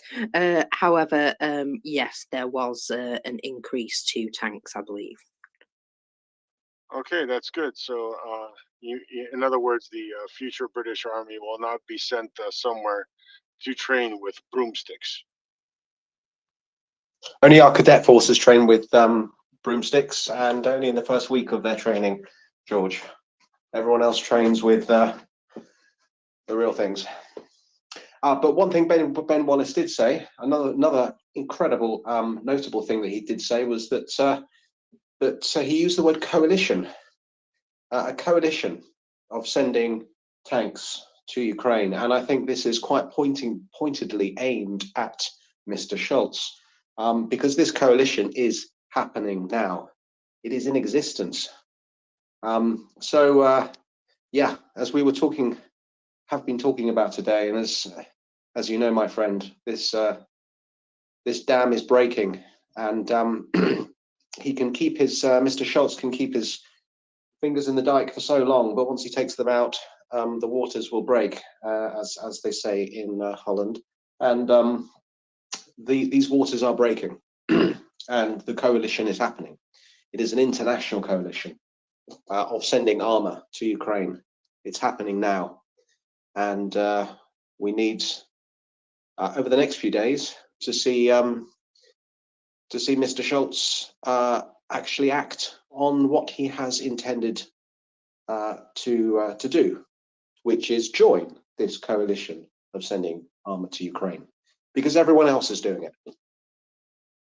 Yeah, I think from the comments that I wrote down when he was talking about this Leopard coalition, that, you know, he was really, really talking quite directly to a couple of members of the Bundeskanzler. He urged his German colleagues to make the decision as soon as possible. And also his quip about leopards being defensive if they're being used to defend your country. You know, he's basically saying, stop talking rubbish and get on with it. And yeah, I like that attitude a lot. How very British. Can I ask a follow-up question really quick? Something cryptic was said about advanced missiles. Anybody have any idea what he meant by that? Gunny believes that he means the Storm Shadow. I don't know. I can only say that they were, what was it, 100 million artillery shells and 100,000 other munitions. So it could be the Storm Shadow, or it could be something else that's guided, I suppose, something special. But yeah, Gunny thinks it's Storm Shadow. Yeah, and for those that are trying to listen, the Storm Shadow is a cruise missile developed by the British and the French. I think the French call it the Scalp or something like that. But anyway, yeah, it's a cruise missile. It is a true cruise missile. It is not what we see fired by the Russians. They call it a cruise missile, but that thing flies a lot higher than what Western cruise missiles do. Western cruise missiles pretty much hug the terrain as they go, and that makes them even more difficult to engage. If anybody's ever seen videos, they fly the same way as the U.S. Tomahawk cruise missiles. Those are true cruise missiles. They fly, about maybe not even 50 feet above the ground. They can make turns and, Jesus Christ, fly under an underpass if the need be. So that's what we're talking about. And that would be great, because then there would be targets that have been out of range of HIMARS that would definitely be in range of these cruise missiles. Happy hunting. Happy hunting indeed, George. 30 to 40 meters above the ground is the stated range of the Storm Shadow, which I think is the same as the Tomahawk. I'd have to look that up, but I don't have that in front of me at the moment. But it's I poked Gunny into coming up and telling you what he thinks himself. That's probably a good idea. There he is. Our pirate friend is up again. Good to see you, Gunny. Yeah, hi all. Yeah, slightly different topic. This is a heads up. Both Russian Black Sea Fleet bases have been kind of emptied.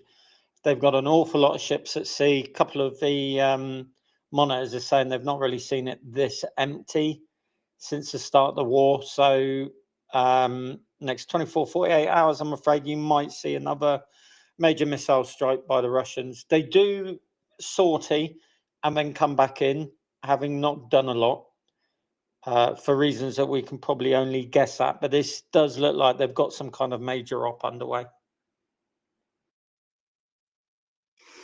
Yeah, I'll be honest, I had actually seen notification saying that Zelensky had made a statement saying that he expects another massive missile strike within the next 48 hours. And people better be very, heeding the alarms and things like that, and just be aware. So, yeah, it's not unexpected.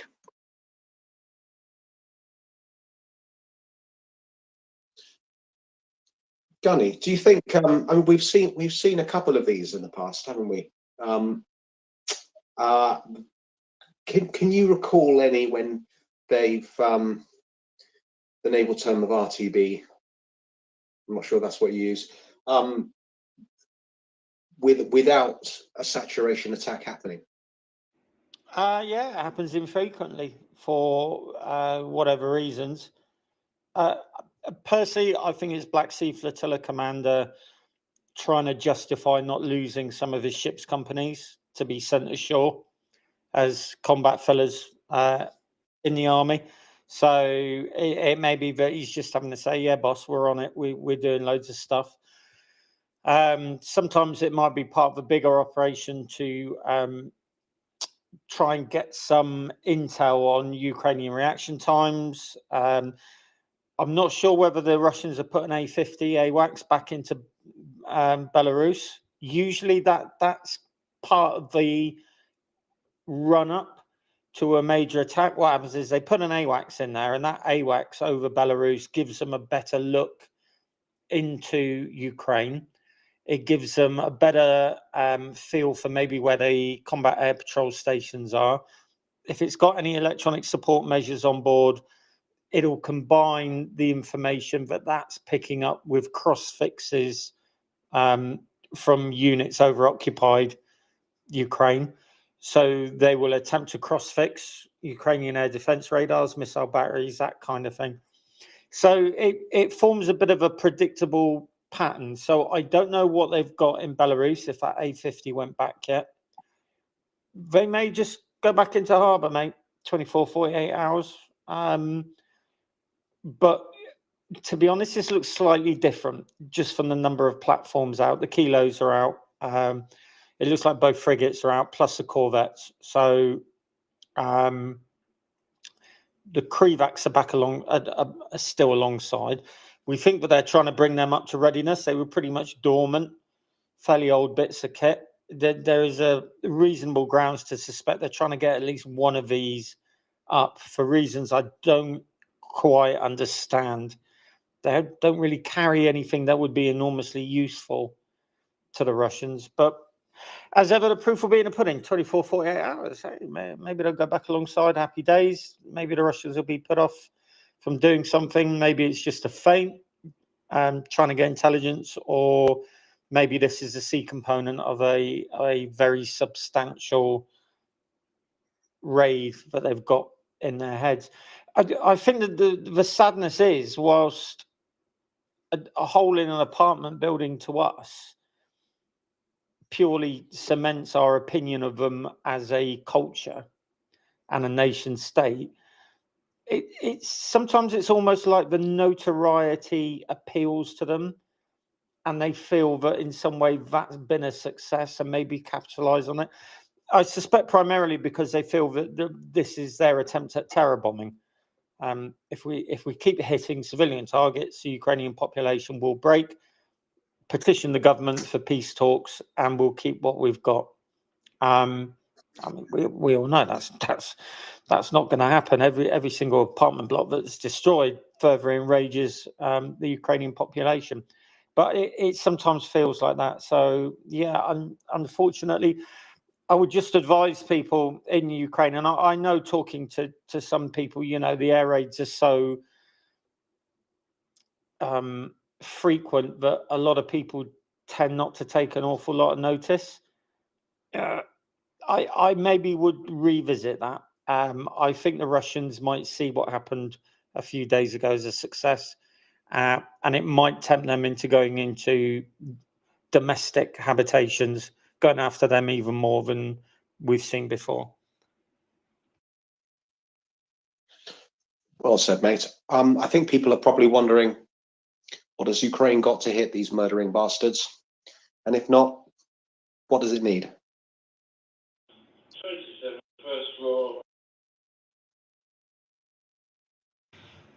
Yeah, all right. So I mean, we've got to keep it practical. What they need is a surface action group. So they want 2 destroyers, 2 frigates, overhead air cover, and a nuclear attack boat. Not going to happen. Okay.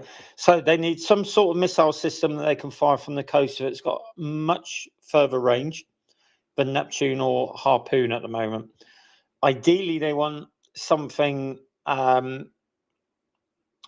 plus kind of 300 miles, maybe 400 miles. Even then, that's not going to make an awful lot of difference. They can fire the minute that they leave the harbour. In fact, theoretically, they can fire from within the harbour. So, as with all things military, if you have a missile threat, what's the best way to negate that missile threat? Kill it at the source. If it can't launch, you don't have to shoot the missiles down. But they can't kill them in harbour because, as I said earlier, hitting targets in harbour, well, one, they need the capability to do that. So probably ATACMS or something like that. And secondly, if you do that, you run the risk of collateral damage. So I still think, like the bomber threat, these are 2 things.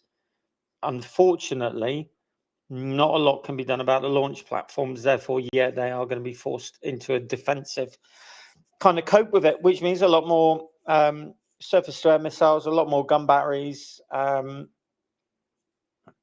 yeah, more fighters to do cap. But I just don't see how they can really do much about this at the moment. Like you've spoken about on this space before, Gunny, there's painful decisions having to be made by Ukrainian commanders. I remember you saying this, crikey, months ago, because we know that Kiev has more air defenses naturally than places like Kirill that was hit, or Dnipro that was hit the other day. I'm just wondering, these, we've talked about how Neptunes take down ships, but ATACMS wouldn't be as effective. Is it possible for a system such as Storm Shadow or ATACMS to get a lock, hit one of these ships, and to put it out of action for enough time so that it isn't able to take to the Black Sea and launch cruise missiles at innocent Ukrainians for a period of months? I don't think so. I mean, a maritime strike package, it depends how they're launching the missiles. Data is really minimal about this. So we assume that the ships leave harbour, form up in a group, a surface action group, go to a pre-designated box. We know that they do have these boxes for launching, do the shoot, and then leg it, and then the submarines go and do their own thing, probably try and get relatively close in to cut down the warning time for the Ukrainian air defense, and then they do their shoot. So if you want to go after the ships, really you need a maritime strike package. So you need aircraft carrying anti-ship missiles of some kind. You probably want some kind of standoff jammers. You want top cover for them, because I doubt these Russian ships are going out without combat air patrol. You're going to need some way to degrade the airborne early warning, backstopping the ships. Their AWACS doesn't seem to work particularly well over land. Oversea, rather different. So you can expect them to have an AWACS up when these ships are at sea. And as you can see, it's kind of a strike package which grows arms and legs. When you put all the component parts together, you're talking about a substantial effort by the Ukrainian Air Force. And I don't think at the moment they've really got the urge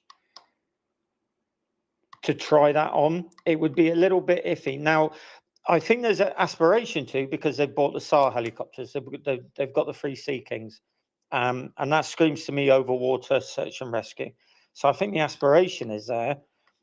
I think to do it, like, you couldn't fly in at medium altitude because everyone's going to see you, and the cat's out the bag straight away. So you're going to have to go in to the edge of the airborne early warning aircraft's radar range. Then you're going to have to drop down, and then you're going to have to go in fast, low, You're going to need a third party to give you your targeting data, drop your ordnance, and then skedaddle out of there, whilst your top cover probably has to try and deal with a combat air patrol. So bearing in mind that they can't tank either, because Ukrainian aircraft don't do air-to-air refueling, as far as we know, you're going to be putting aircraft in fast, high, very fast, very low, dropping ordnance, coming back, probably needing to tank, and then recovering. And I'm not seeing them wanting to do that at the moment. So, yeah, I think there's still a decision just to suck it up, unfortunately, and go defensive on this. Now, hopefully I'm wrong. Hopefully the idea is to kind of get the Russians a little bit loose and then to go after them. But attacking a group of ships, even Russian ships, and bearing in mind the 2 frigates got top plate radar, which isn't not a bad system at all. Not, it's fairly capable, we think. It's going to be a substantial effort. It's not going to be a 1 or 2 sneak in, drop a missile, and then home for tea and crumpets. It will need something quite big to do it. Thanks, mate. Well, I'm a fan of touring old warships, and I've been trying to get my hands on tickets for the Moskva, but I can't seem to find them anywhere online. But while you're up, mate, we've got a sea of hands, not a black sea of hands, obviously, but we had George up, and he seems to have dropped, but we've got Vishnikovsky. Go ahead, mate. Thank you. Question for military experts. So as Belarus is providing a stage for Russian exercises, and both Belarus and Russia are actually both lobbing missiles at Ukraine. So let's make no mistake, many missiles are flying from Belarus. So they're actually an actor in this war. Is there a chance, or does it make sense for Ukraine when Russia conducts an exercise to take those bases where the exercises are conducted and the assets are located into the crosshairs and conduct a strike? Because I would think they could destroy a lot of military material at once if they went after it.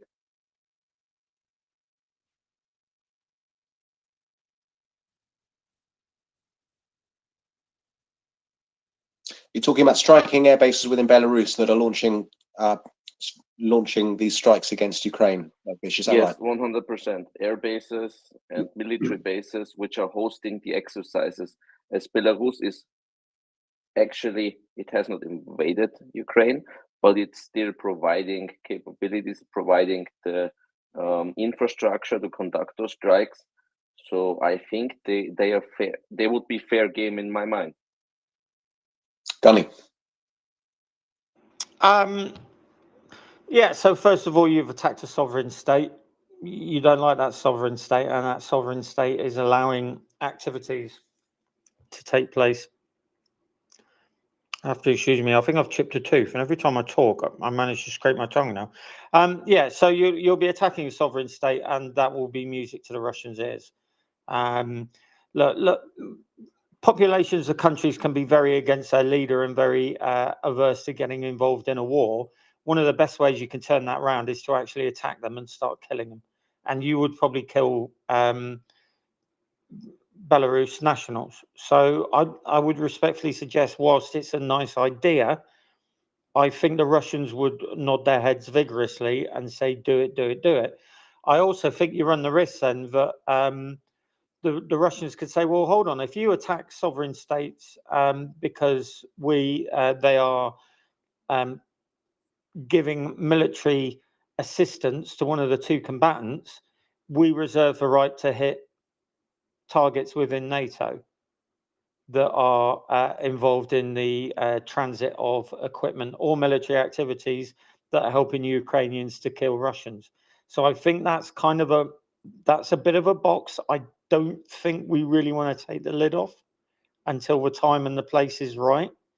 This is a regional conflict, and expanding that regional conflict to the point where Russians and NATO might start exchanging shots isn't going to do the Ukrainians any good. It simply won't do.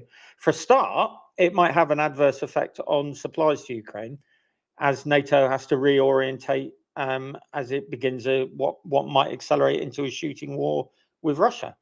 So, you know, it is difficult. What do you do? But it's the same situation as the Russians are facing. They know that on the Romanian and Polish borders, kit that is winning this war for Ukraine is being freely sent to and from, and they can't get at it. They really don't want to be starting attacking these places. They know there are airfields in Romania where NLAWs flying on the Monday and end up in the side of a T-80 on the Friday, but there's nothing they can do about it. They know that RC-135 60 miles south of Sevastopol is hoovering up data that is being used to kill Russians, but they can't do anything about it. And I just think that's probably where we want to keep things, to be honest. Everyone understands the rules. Everyone understands that if one of us starts fucking about, the other one is going to start, and then we're going to be freely exchanging shots. And whilst Kaliningrad does need to be returned to its rightful owners, let's just keep this Ukraine-Russia at the moment and get the Ukrainians to win rather than us jumping physically on it.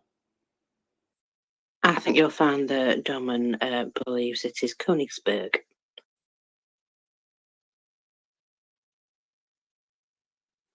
Fancy pants, go ahead. Yeah, if I just may shoot one argument or one question after that. So I understand.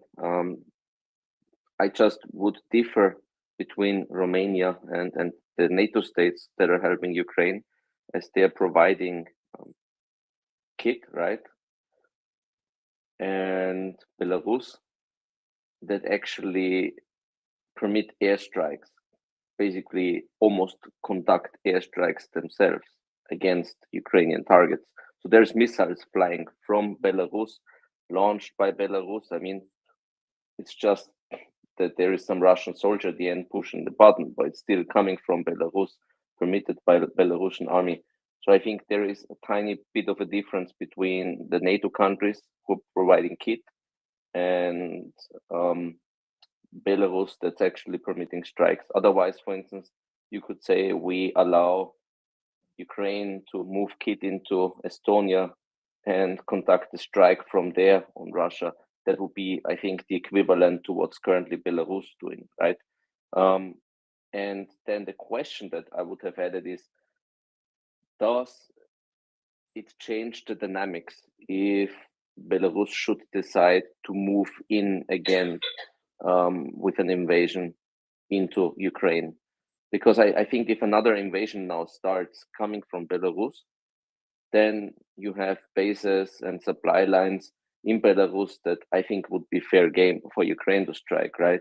I don't think they will hold back striking targets inside Belarus if another wave of an invasion comes. So if Gani, you might answer that question. Do you think that would change the dynamics? Well, yeah, of course. And the ComSec is so bad that if these combined Belarusian Russian battle groups ever formed up and went to jumping off points, the Ukrainians will know about it, because NATO will know about it, and we will tell the Ukrainians. And in that case, once NATO and Ukraine are content that this is the beginning of a major strike from Belarus, you'll expect massed artillery strikes on the forming up points. That will be a given. But at the moment, you've got a country on the border of Ukraine, the population of which are not happy with their leadership, who have absolutely no appetite for a war, where active opposition in the form of sabotage has been taking place to try and disrupt the movement of military material to and from. But any country, and it doesn't matter if you're under the grip of a monstrous dictator, there is one way to unite that country, and that's have it attacked.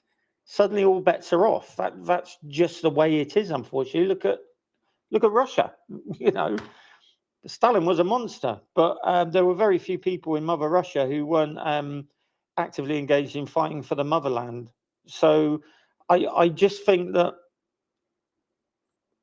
I get why everyone's frustrated by it, but if you can argue that RC-135 that provides intelligence on a Russian regimental O group meeting that subsequently passed to the Ukrainians who carry out a mass MRLS strike and effectively decapitate the leadership of a major army formation. Well, isn't that being a combatant, really? You could argue it, couldn't you? You could say, well, hold on a minute. NATO said that on this grid, all these people are going to gather, and just went and told the Ukrainians, blasé, and the Ukrainians killed everyone there. Therefore, you're a combatant.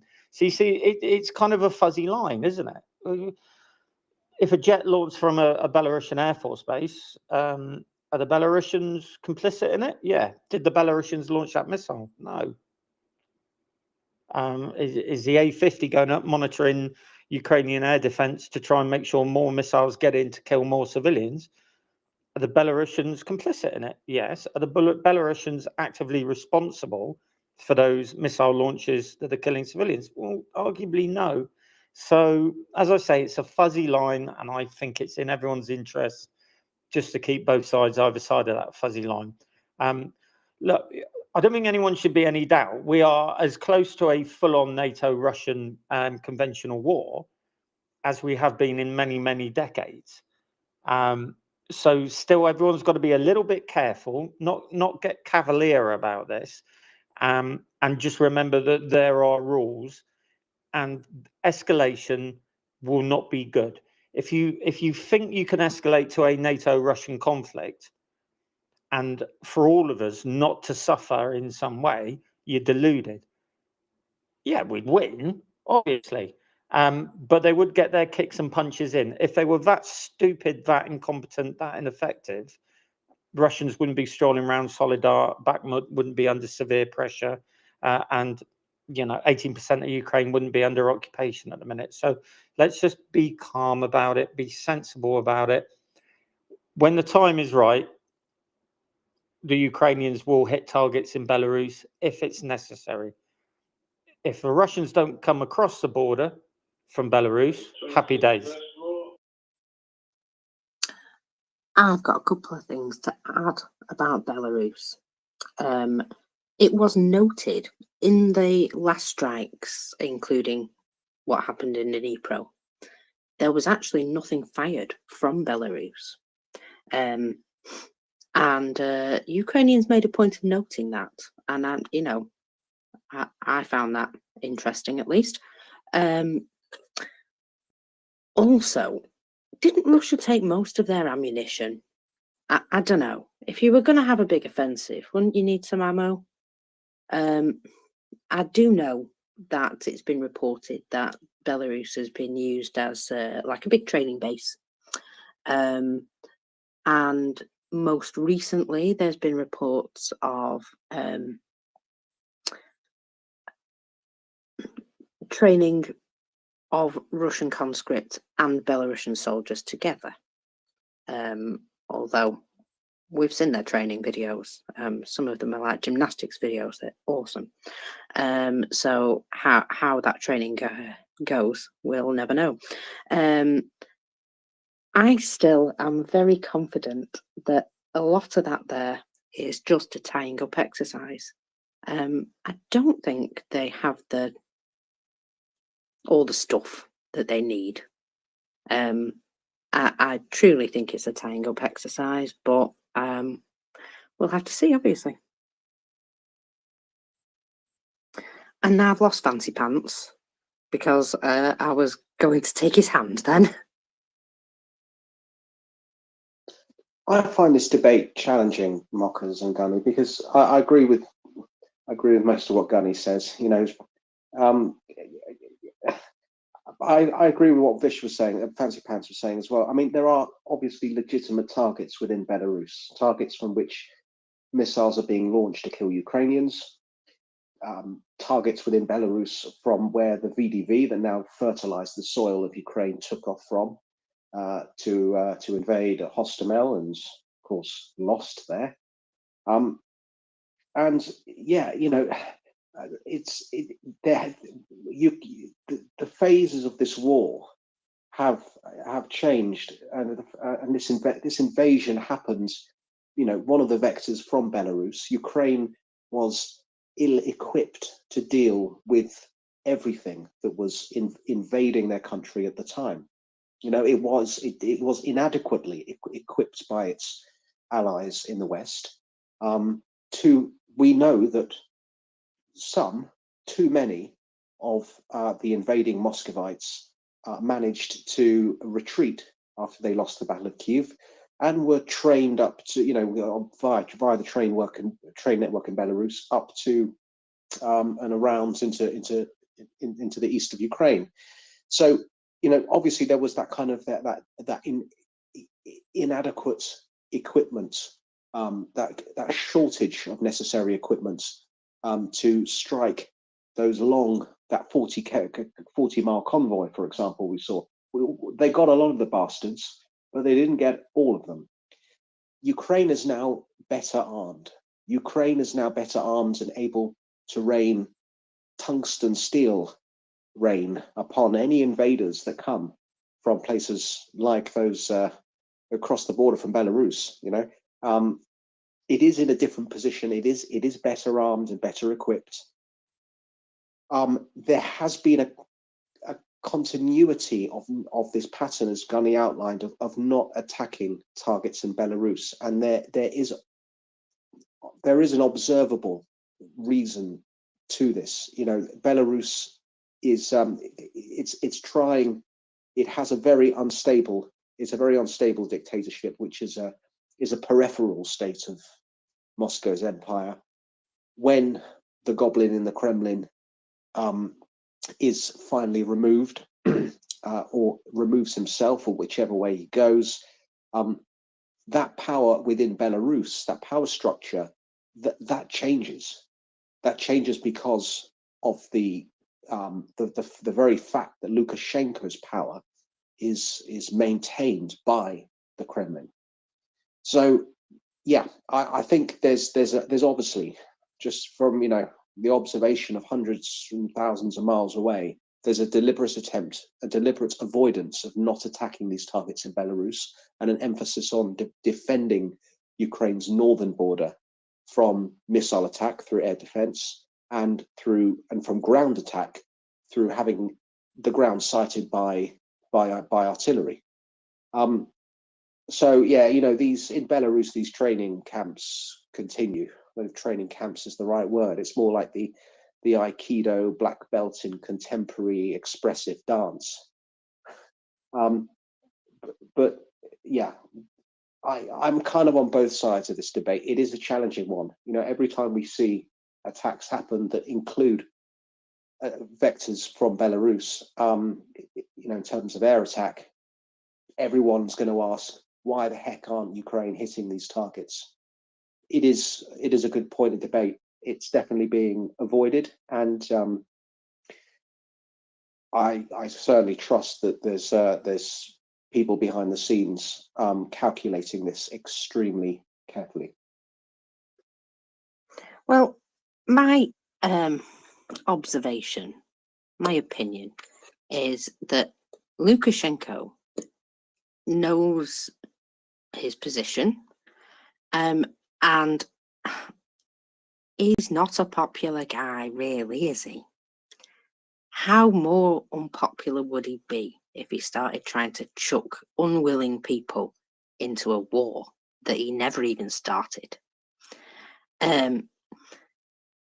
So I think he's doing an awful lot of sidestepping, and I'll be able to do this, I'll be able to help you training, I'll be able to help you with this. He's doing as little and as much as he can get away with to not be very involved, because the minute he starts trying to shove people into that steel trap of a defensive line on the border, he's in loads of trouble, because I don't think that his own people would stand by completely and just, you know, watch that happen, especially not as it's going to be them that's going to end up fighting. Ukraine doesn't want them in the fight. Absolutely not. They want them to stay out of it as much as possible. I mean, they have Belarusian people who are fighting with them, who would quite happily go back to Belarus after Ukraine's liberation and maybe do some things over there. Maybe. You know, visit their families, things like that. So, you know, there's a lot of good reasons to keep Belarus out and for Belarus to stay out on both sides. And I think it's important to retain that status quo, even if that means sometimes having to duck and cover. I just feel that right now their involvement is not going to help anybody. And I know Lukashenko really doesn't want it, and Ukraine really doesn't want it. And the only person who does is, you know, the Kremlin dude. And he can't always have his way. It's a shame. I know. I bet he was had a tantrum over it as well.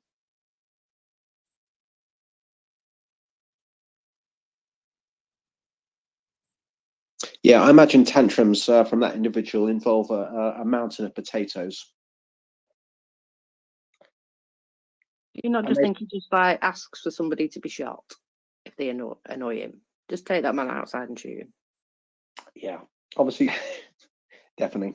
I mean, the potato reference is, of course, to the fact that he actually looks like a potato. It's nothing to do with any dietary references or anything. It's no, the guy literally looks like a potato.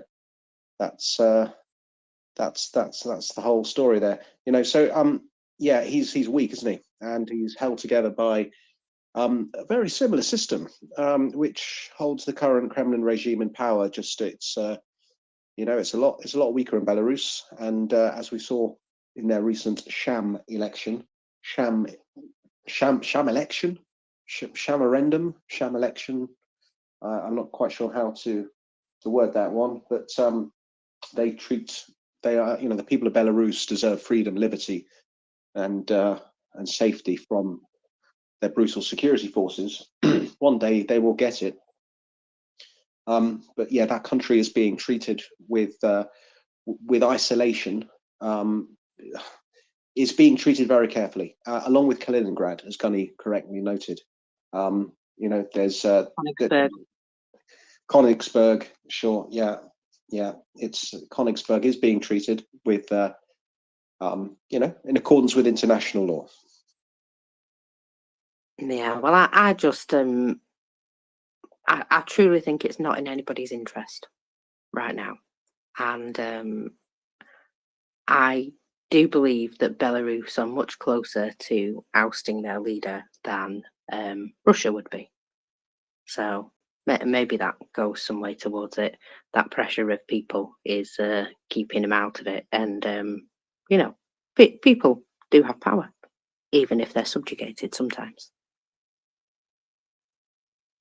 Speaking of people of power, I've got a few DMs from some wonderful people who are attending Ukraine protests. I should say protest solidarity events. So yeah, if you're attending a Ukraine solidarity event and you would like to have like to share a picture, do shoot us a DM, because the solidarity, you know, globally and at a European level is fantastic to see. You know, one of the things we're all big fans of on this space, of course, is hearing the Ukrainian story. And you know, if you have any stories from Ukrainian refugees, I'm just going to put it out there. Please bring them to the space.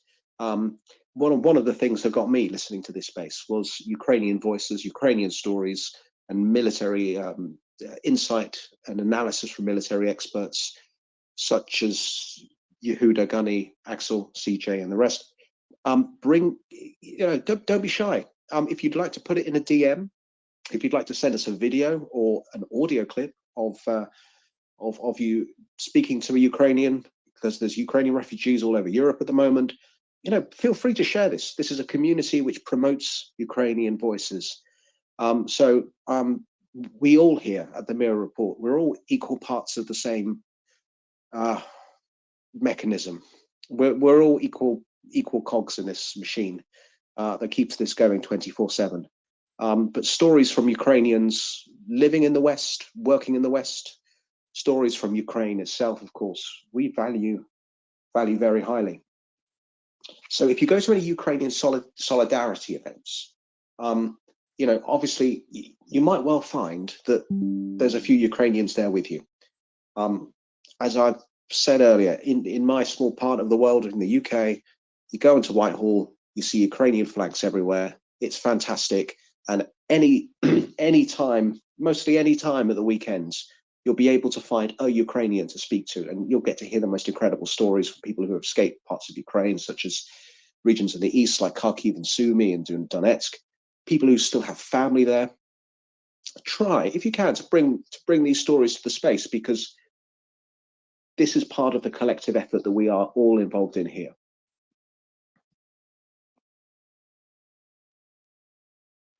And if you'd like to request the mic and do it now, feel free, because it's in the bottom left-hand corner of your screen. Right. Sorry, I was going to talk over you then. There have been reports of S-300 systems seen moving into Zaporizhia.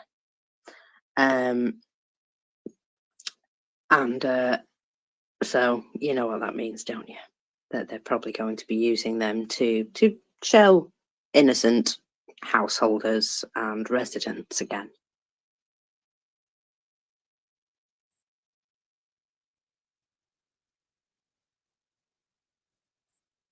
On a lighter note, Wendy, neither of us said it correctly. Ivana has sent me something from the Urban Dictionary here, and it is bavovna. So we were both wrong. I apologise so much to anybody who was cringing at my terrible pronunciation. If I had a cat, I would call it Bavovna. If I had a dog, I'd call it Bavovna. Maybe even a child. I don't know, how many children in the world are called Bavovna? That'd be a really good point of inquiry, wouldn't it? So you know what? I bet you there's a fair few pets called that already in Ukraine. It's a great name. It's what can I say? Like in terms of pronunciation, it starts with a plosive, Bavovna. It's got to be. It involves considerable movement of the mouth, and it's catchy. What is that? A labial velar approximant, something like that. Yeah, Bavovna. You know what, them last two words terrified me for a second. Let's put a shout out. If you know any pets called Bavovna, let us know. But we need evidence.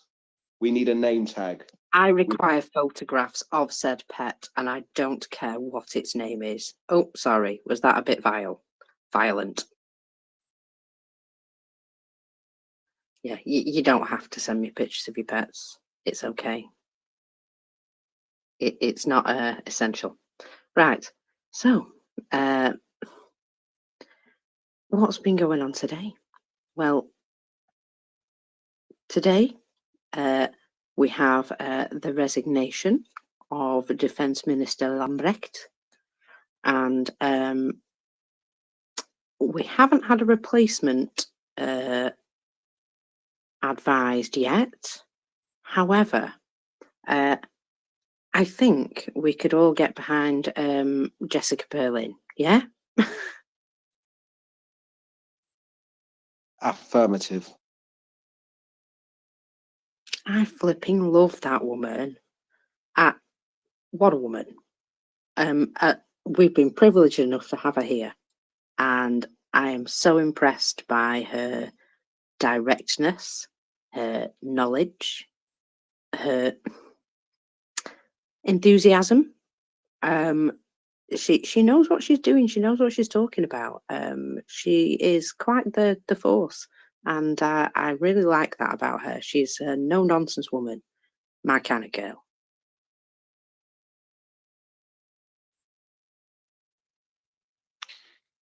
Yeah, we like no nonsense kind of girls in charge of democratic states. So Jessica Berlin, if you're listening, come up and give us a chat. We'd love to hear from you. But having said that, because I know she's a busy woman, I can see a number of fantastic people in the audience who I am absolutely dying to speak to about today's news. So I could see a few people lurking. David Brookfield, in no particular order. There's so many. Powley, William Attic, anyone who wants to come up and discuss today's news, please feel free. We'd love to have a chat to you about it, because there's quite a lot of news today. You know, the Bulldogs saving Ukrainian lives, protecting them from fragmentation, announced in the British aid package. There's all of that. You know, there's the, wow, what can I say? There's a lot of news other than the aid package that the UK's announced to Ukraine. There's, you know, events happening every day. It's, like you said, Mockers, you know, there's stuff happening every single day in Ukraine. There's people living and dying and living. There's a lot of political announcements. People tend to focus on the political announcements, you know. There's a lot of kind of incremental shifts in that contact line. You know, of the front line, there's a lot of kind of, you know, we saw this with the Battle of Liman. We saw this with the liberation of Liman. There's some pretty, you know, eventful things happening in the course of our lifetimes right now, today. Tokmak, 6 big explosions noted today. And I couldn't help but note that that the brigade that attacked Dnipro yesterday were military units 33310. They all had their photo taken, so they're all out there getting themselves identified for shelling and destroying the lives of Ukrainians in Dnipro. There's of course a lot of varying news out of Solidar. Unconfirmed as to who holds Solidar. We've seen, you know, that's the wonderful CJ Yehuda, Chuck Farrer, talking about the topography of Solidar and how this affects, how this dictates the direction and the efforts of Ukrainian forces there, because it's useful to have your enemy in a cauldron, and there's certainly a strategy which goes back thousands of years called the empty fort strategy, which I am a fan of. If I had an empty fort, I'd keep it empty if I was facing an enemy, and to me that seems to be what the Ukrainians are doing. So You've roused William. Hello, William. I'm terrible at multitasking. Oh, Hi, how William. are you doing? I have a few minutes before I've gotta go play a little soccer or football for real life, and be happy to fill in a little bit more of the news of the day if you have a couple minutes. You know, one of the can I get a mic check real quick? Yeah, you good. Perfect. One of the big, it's kind of a combined from yesterday evening and today. You know, a very significant thing happened, and I think that there's been a lot of conversation about the amount of vehicles, and but slowly, and especially over the last couple of weeks, there's been such a release, and it's been a little by little, but the reality of it, there's a lot of vehicles being released and a lot of different types of vehicles, but they're very certain and specific. And a lot also with the idea of the training that's happening, the numbers of soldiers being trained, it all started to look like, you know, pointed towards, you know, the idea that the U.S. were leading, combined arms training for battalion size units in Germany. And last night, right before we left to head towards Grafenwehr, the Secretary of Joint Chiefs of Staff, General Mark Milley, made a really good interview talking about how he was about to visit Graf to visit the Ukrainian soldiers that were training up to learn how to use all the new vehicles, because he wanted to get those folks trained up in the next 4 to 8 weeks to be able to go on a offensive before the spring rains. And what he really did was he laid out what type of training was going on. And I think throughout the day, we've really been able to look at what types of vehicles are being supplied. And not only are we going to be getting a battalion very soon, there's close to a brigade between artillery. They specifically talked about artillery added on. So you're going to get at least a brigade very quickly. There's talk that they're already out maneuver training. And for anybody who doesn't know, the Grafenwehr and Hohenfels training area in Germany was made to train NATO soldiers to fight Russia.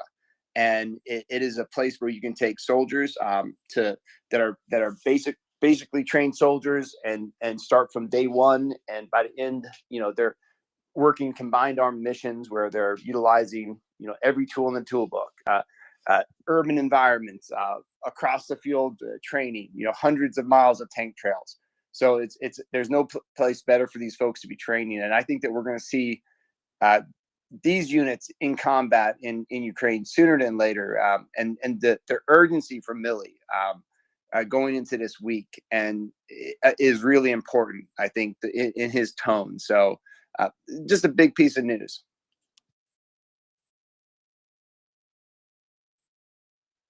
Absolutely. Drive-by. Hi, I got a question for you guys. Have you heard anything in Belarus about what's going on with the partisans lately? And I say that because all this talk about Belarus and not coming into the war, maybe going into the war, or Lukashenko being in trouble or not in trouble, and everyone, to me, I think that's the wild card. I've been saying that for probably 8, maybe 10 months. From what I've read, there was an active partisan movement in southwestern Belarus, specifically prior to the war. This was separate from the group that was in the trains, but I believe the train uh, uh, sabotage efforts were tied with that. The Legion in Ukraine from Belarus that's fighting has said they would return to Belarus if the opportunity was, appropriate to take the fight to Minsk.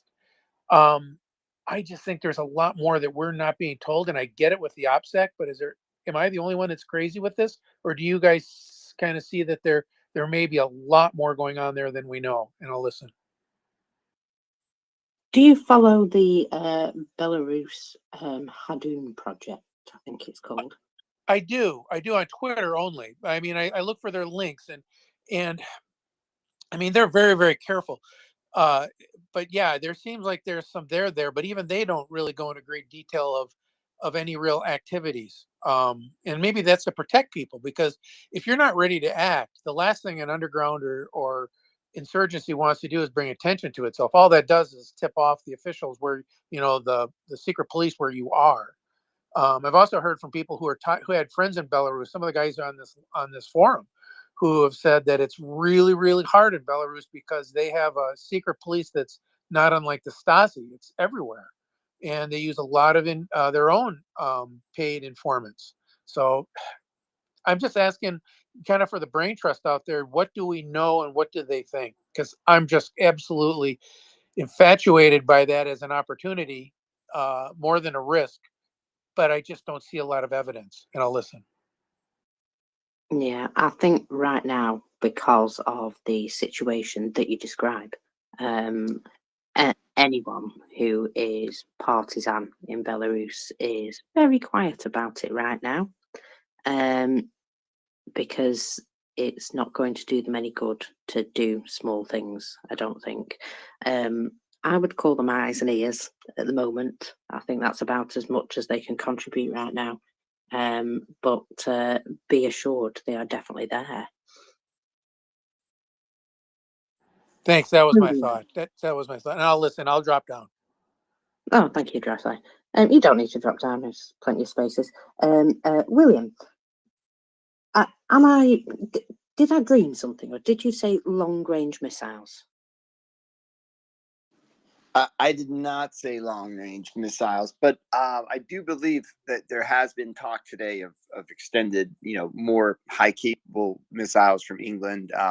There's a lot of there's a lot to unpack from some of the conversations from the House of Commons today. I think someone needs to do. I don't know.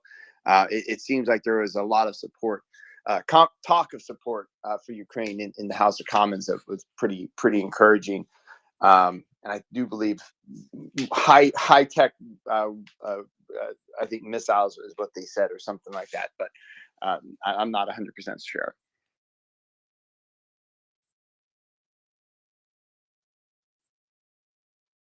Yeah, I've seen a few tweets saying that it's being mooted. Put it that way. Obviously, they're still in talks about it. They have said a number of times that Ukraine has everything it needs for its current situation. So maybe the situation is now to the point where it doesn't have everything it needs. And I certainly don't think it had everything it needed at any time. But that's just my personal point out there. Yeah, I honestly think long-range missiles are the way to go. However they get them there, however it happens, I think it's really important. They need to be able to take out some of these air bases.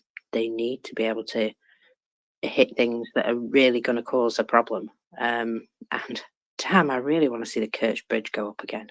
That was so satisfying.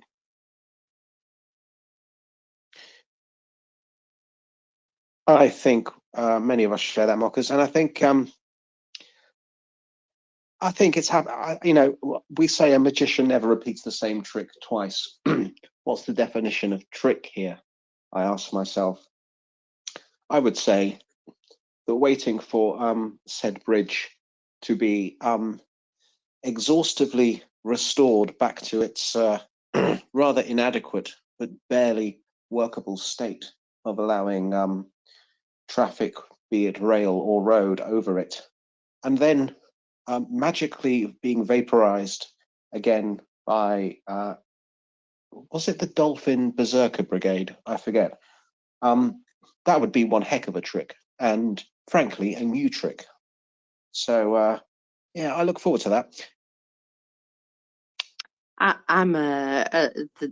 I don't know about the Dolphin Brigade, but certainly there are NAFO drones. There are what are they? Raccoon's Revenge. That's the one. There are a number of drones. What are they called? On the water drones. The ones that swim. There's a number of them, and you never know what they might do with them. They've certainly put some to use already. So I love the alliteration in Raccoon's Revenge there. Yeah, I mean, it's been the House of Commons statement here has been there's a lot of it, and I won't repeat it all on the space, but this is obviously Ben Wallace, the UK Defence Secretary, made a statement to the House today to announce this. To announce a lot of things. We've heard about the Challies, we've heard about the Bulldogs, we've heard about we've heard the word coalition. This is now a coalition, international coalition, giving armor to Ukraine, not for its defense. This is for its liberation, because defense from occupation, this is what the UK and Ukraine's allies classify as defense. Defending one's country is not allowing it to be occupied and the citizens within that country to be executed, tortured, raped, as we saw in many places across Ukraine. This is not acceptable, and this is not defense. So defense is, by reasonable conclusion, liberation of these occupied areas. Ben Wallace in the Commons today spoke about a further 20,000 Ukrainian recruits being trained in the UK this year. And there's contrasting opinions, of course, from from other sections of the House. There's Sir Patrick Sanders, General Sir Patrick Sanders, noted or expressed concern that the British Army will become temporarily weaker, less able to basically combat invasion after giving away many of its tanks and artillery to Ukraine in an unusually blunt admission. But you know what? I don't see France attacking us right now, and the Scottish are a bit feisty, but I'm pretty sure they're not going to come running down to get us. Can confirm. Love the Scottish. Half Scottish myself. Bit feisty, yeah, but beloved family. And they, I think this is kind of this acts as an example of, we're prepared to give pretty much anything, but not everything. That's hyperbolic. But Sir Patrick Sanders, he stressed the need, but I think this is particularly aimed at the UK Treasury, that it was vital to restore the Army's warfighting capabilities, which, as anyone in the UK can tell you, it has suffered defence cuts for decades now. Yeah, I think William actually has something about that, about the British. Yeah, what I was going to say, Wendy, is that one of the things that I did see that seemed like it got a lot of support was one of the ministers. I apologize, I don't know how to exactly name him off right, but he was talking about why is there so much Russian money sitting in English banks, and it seemed like there was a lot of support behind the idea of the billions of dollars that are sitting in banks to be used to support the defense of Ukraine. Very interesting sound of support from that message. I like the sound of that a lot. And Wendy, there was certainly a focus on upping the budget for the UK Armed Forces. When I'm not co-hosting, I will find you the list and give it to you. But it did seem that it was a holistic effort to make sure that we were much better prepared in future. But I've got a couple of hands up. So, Ioana, go ahead. Thank you, Marcus. I was hesitant if I should speak or not, because I'm kind of quite sad and frustrated right now because what was happening in the last days in Ukraine, and I guess everybody is like this in a way. And I'm kind of happy for the help that Ukraine will get, but is so small, and everybody is talking about Ukraine fatigue, and I'm feeling some kind of fatigue, but it's not Ukraine fatigue. It's fatigue of Europe's hesitancy. It's fatigue of the space in which we try to help Ukraine. It's too slow. It's really too slow, and I'm really very upset about that phrase. We will help Ukraine as long as it takes. We should help Ukraine to take a shorter time. We should really do something, because Russia is there and they won't run out of men, and they won't run out of bombs. Even if they don't have smart bombs or whatever, they will let the population die of hunger, but they will keep fighting the war. And in Ukraine is like Pandora box was opened, and all the evils in the world are there, and they are killing and raping and torturing and bombing and whatever. And hope is there, but you can live on hope for only so much time. You cannot live only on hope. Of course, they have the love for the country and the love for each other, and they do receive some help, but it's too small and too slow. And all those tanks that stay in the storage facilities, and all those planes that will be decommissioned in a few years, and all those weapons, advanced weapons that maybe the West is afraid that the technology is too advanced for Ukraine, all those are replaceable, but the lives that are lost in Ukraine are not replaceable, are irreplaceable. The children don't have a future. The parents lose their child.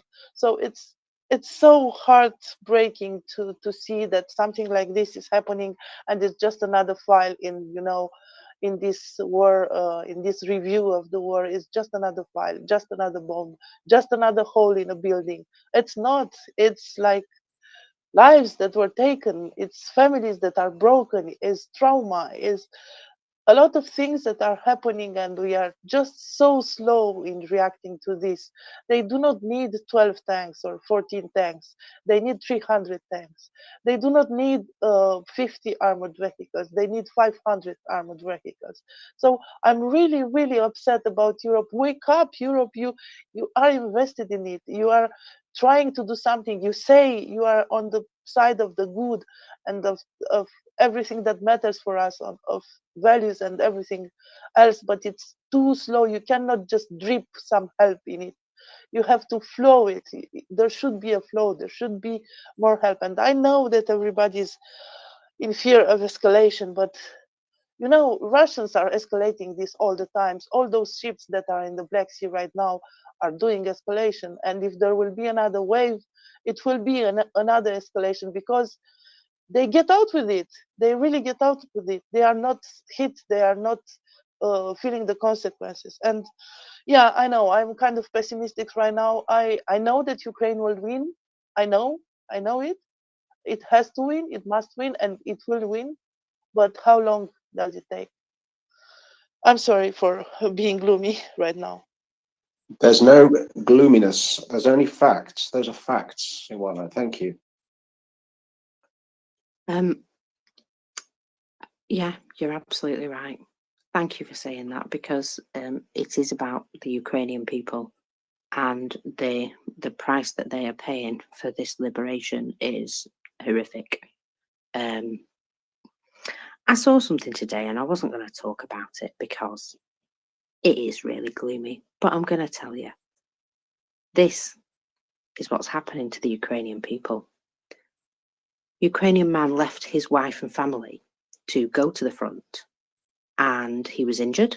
He fought for his country and he lost an arm. So he obviously went and received medical care, and was then back with his family living in Dnipro. And he went out, and when he came back, his building was missing, and his family are both dead, his wife and his child. And well, that is the price that people are paying. They're everything. They're absolute everything. I can't believe this guy was talking to somebody who was asking him his situation, and I can't believe he was actually answering them. He must have been in shock. That's all I can think. Yeah, so that's what's going on. That's the reality, and that's why we've got to move faster. There is a piece that a friend of the space has sent me, which, I mean, this is what Ben Wallace has been saying today, that we need to wholeheartedly move forward as an international coalition. And these are his exact words. We are not on our own. This is a joint international coalition. I know there are concerns in the German political body that does not want to go it alone. Well, it is not alone. And I think that the conference in Ramstein will show that. He pays tribute to the commitment by the French to put in the tanks at Christmas time. He calls them tanks. Dolman's not wrong. And we are obviously joining alongside them. This is the key to unlocking the Leopard, and we will do all that we can to help that. Now, that to me is a very no questions asked statement. He's saying exactly what he means there, and he's making a very pointed effort towards the German government to pull their flipping finger out, because they could. They have enough equipment to have supplied this war virtually by themselves, and yet, and they've made great efforts. I mean, I can't knock them for what they have provided. It's amazing, but they have the stuff, and that kind of makes me a bit peeved off that there's somebody stood in front of it with a stop sign, and I really want to kick him in the ghoulies. Anyway, we've got hands, so Dryfly, go ahead. I was going to comment on the money in English banks, UK banks. It's very similar in the United States. There's an enormous amount of Russian assets in the US. One of the problems the UK has and the US has is that a lot of that money is actually legally owned by citizens of the country. That doesn't mean it isn't money that has been laundered. It doesn't mean that it isn't tied to oligarchs and to wealth in Russia. It absolutely is, and you could see that with our own recent political scandals with a congressman who was recently elected from New York, not far from the areas where there's a lot of Russian immigrants. He was supported heavily by a family in New York who are citizens but have close ties, like a cousin who's an oligarch in Russia. And there's some indication that the money flowed directly over. That kind of investment happens all the time. I had a friend who was doing a startup and looking for funding, and he went to meetings in New York, and it was by Russian emigres, legal American citizens, everything kosher. You look at them on the book, they're perfectly fine, but all their money came from Russia. All of it, okay? Came from friends and family in Russia. The problem is if you try to jump on that money, you're going to be faced with enormous legal hurdles, because those citizens then who are kind of the roadblock, the the guys who are the face of that effort are the ones who then take it to court and actually have standing. So there's just going to be a huge amount of problems getting that kind of money unless it's clearly owned by the oligarchs themselves. And the oligarchs don't have citizenship, which sadly quite a number of them in the US and UK have. So I just want people to understand it is far messier than what we read or hear. It's just awful, but it's just the reality of it. And I don't know how to fix it, especially in the US where it's extraordinarily hard to take property from people without a lengthy due process.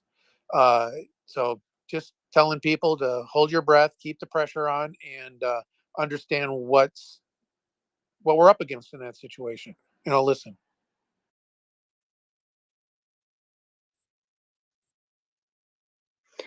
Thank you, and yeah, I fully understand that. It is very difficult because there are legitimate businessmen, and they probably do handle illegitimate money, and it's very difficult to find out where it is. I think that's the whole point of what Russia does. They put tentacles into lots of things. Can I add one thing to that? Some of those businessmen aren't legitimate, but because of the law, it's really hard to prove that they are illegitimate. It's extraordinarily difficult. It takes an enormous amount of effort, and they are very good at laundering. They buy property, and they do it through shell companies, and they have people who are well connected to support them. And I mean, and they're citizens, so they do have due process. They do have rights.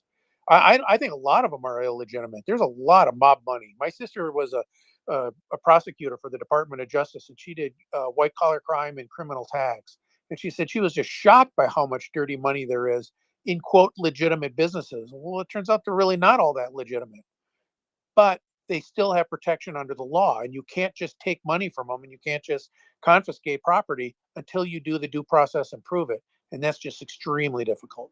So anyway, I'll go back and listen. Thanks for the opportunity to speak. No problem, my friend. And yeah, you're absolutely right. That what I was meaning by that was they appear to be legitimate businessmen, but they're still dealing with illegitimate money. And you know, they've got so many tentacles in different things, and shell company upon shell company to hide where things are. And it's something that's been built for a long time. So yeah, and it's the same in the UK. You're innocent until you're proven guilty. So it's the same situation that you have to make sure that you've got enough evidence, and in some cases it will indeed take years. But again, we have hands. So Alex Capitelli. Thank you. Hi, everybody. Yeah, I wanted to say a couple of words about this tiredness. So there are a couple of things. Well, first of all, Ukrainians, they cannot be tired of this war because it's genocidal war. Like, no matter how tired you are, they will fight, and they have to fight. And there is a reminder why, like, people who support them do so, and because frankly they are next in line.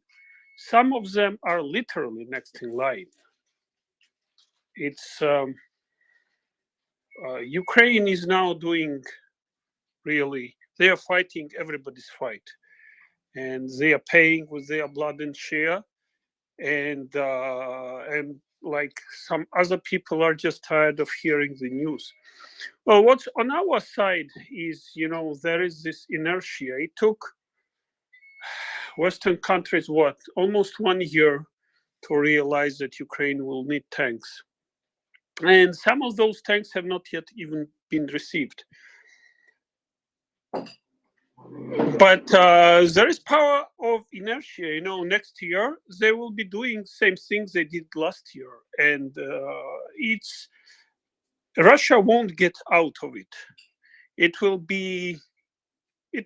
take generations, because that same power of inertia, it took, you know, it took a year to realize that Ukrainian help. It will take 100 years to kind of, for Russians to get out of this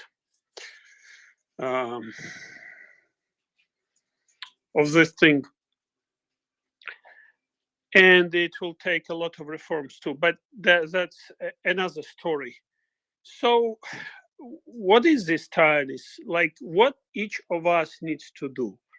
Like, what? Support each other just a few minutes on the Twitter space, make small donations. There are lots of us. There are millions of us.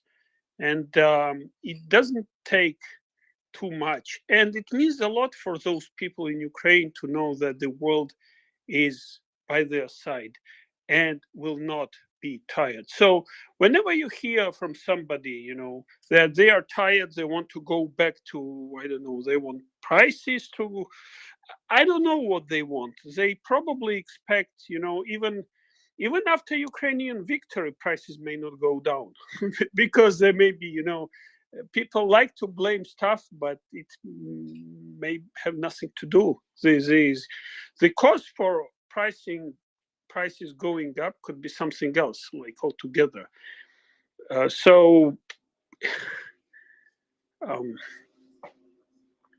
Yeah, just tell them that it really takes very little from us, and each time you are tired of hearing the news, well, think how that girl who lost everything and you know, was took from that rubble or whatever, 7th floor. She was hiding in a bathroom from a rocket attack, and she was among few survivors. It's well, can she be tired? She lost everything, like, And we are tired of what? Hearing news, donating $10.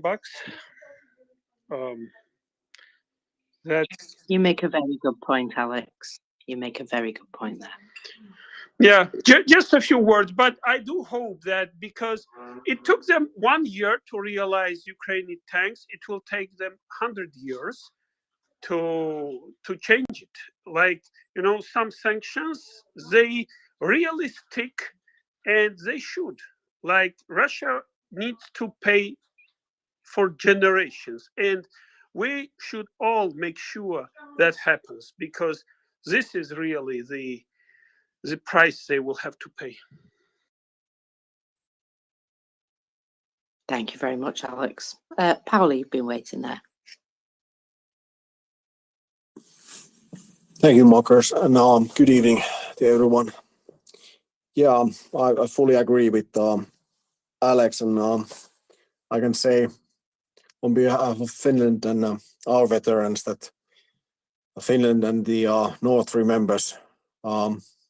It's been roughly about 80 years since the Winter War stopped and the Continuation War ended, but we still remember the atrocities committed by Russians, and we still remember the atrocities committed during the Russian forces during the 18th century. So I think there will be a long way in the north, in the Baltics, and especially in Ukraine to have any trust relating to the neighbors, I'm afraid. And I think that's a justified position. To Dryfly's point regarding the seizure of assets, I also agree that it's in normal situation it's quite hard to seizure and just grab money from private persons or private organizations. Of course, you have to have good, legitimate reasons to do it. But luckily, US is one of the best countries in the world to set laws in order to do it in a legitimate way. I think everyone, or at least majority of people here, know the Recall Act, the recall laws. I think Dryfly can talk about those, and then also the laws and rules set against terrorist organizations. And the second point, in my opinion, is the most important thing here. Europe doesn't currently have strong and like really well covering laws relating to terrorism and the monetary side, the funding relating to terrorism. So in this, I think we have to seek over the Atlantic and maybe have US and the US state attorneys or prosecutors and the legislators on helping the Europe on setting proper laws in order to seize Russian assets. And I think broadly manifesting Russia as a terrorist state would be a good start for the legislation and for the seizures. Thank you. That's my 2 cents on this matter. Thank you so much. Ivana, go ahead. Yes, I guess Twitter doesn't love me when I speak because I had to get down and then up. And I just wanted to clarify, when I brought in the subject of fatigue, I didn't say that I'm tired of supporting Ukraine. I will never be tired of it, but I'm tired to hear no excuses and fears and everything like this. And I brought in, the subject of anti-fragility from Nassim Taleb. Anti-fragile is somebody who or something that managed to grow and develop even when the conditions are the worst. And I think Ukraine does this every time and all the time. And also he defines it like, you know, the anti-fragile is like, you better do things that you cannot explain. And Ukraine is doing this every time, because we have seen the adaptations that they make with the HARM missiles, with other missiles, with the system of, with the applications, with everything they developed in order to fight this war. So you better do things that you cannot explain, that explain things that you cannot do. And I guess some European leaders, unfortunately, keep explaining things that they cannot do. So stop it and do things. That was my point. And to the economic thing and talking about money, well, it's good to take the Russian assets and use them for the reconstruction of Ukraine. It's amazing. It's normal. It is what it has to be done. But, you know, in order to do reconstruction, you have to stop the destruction first.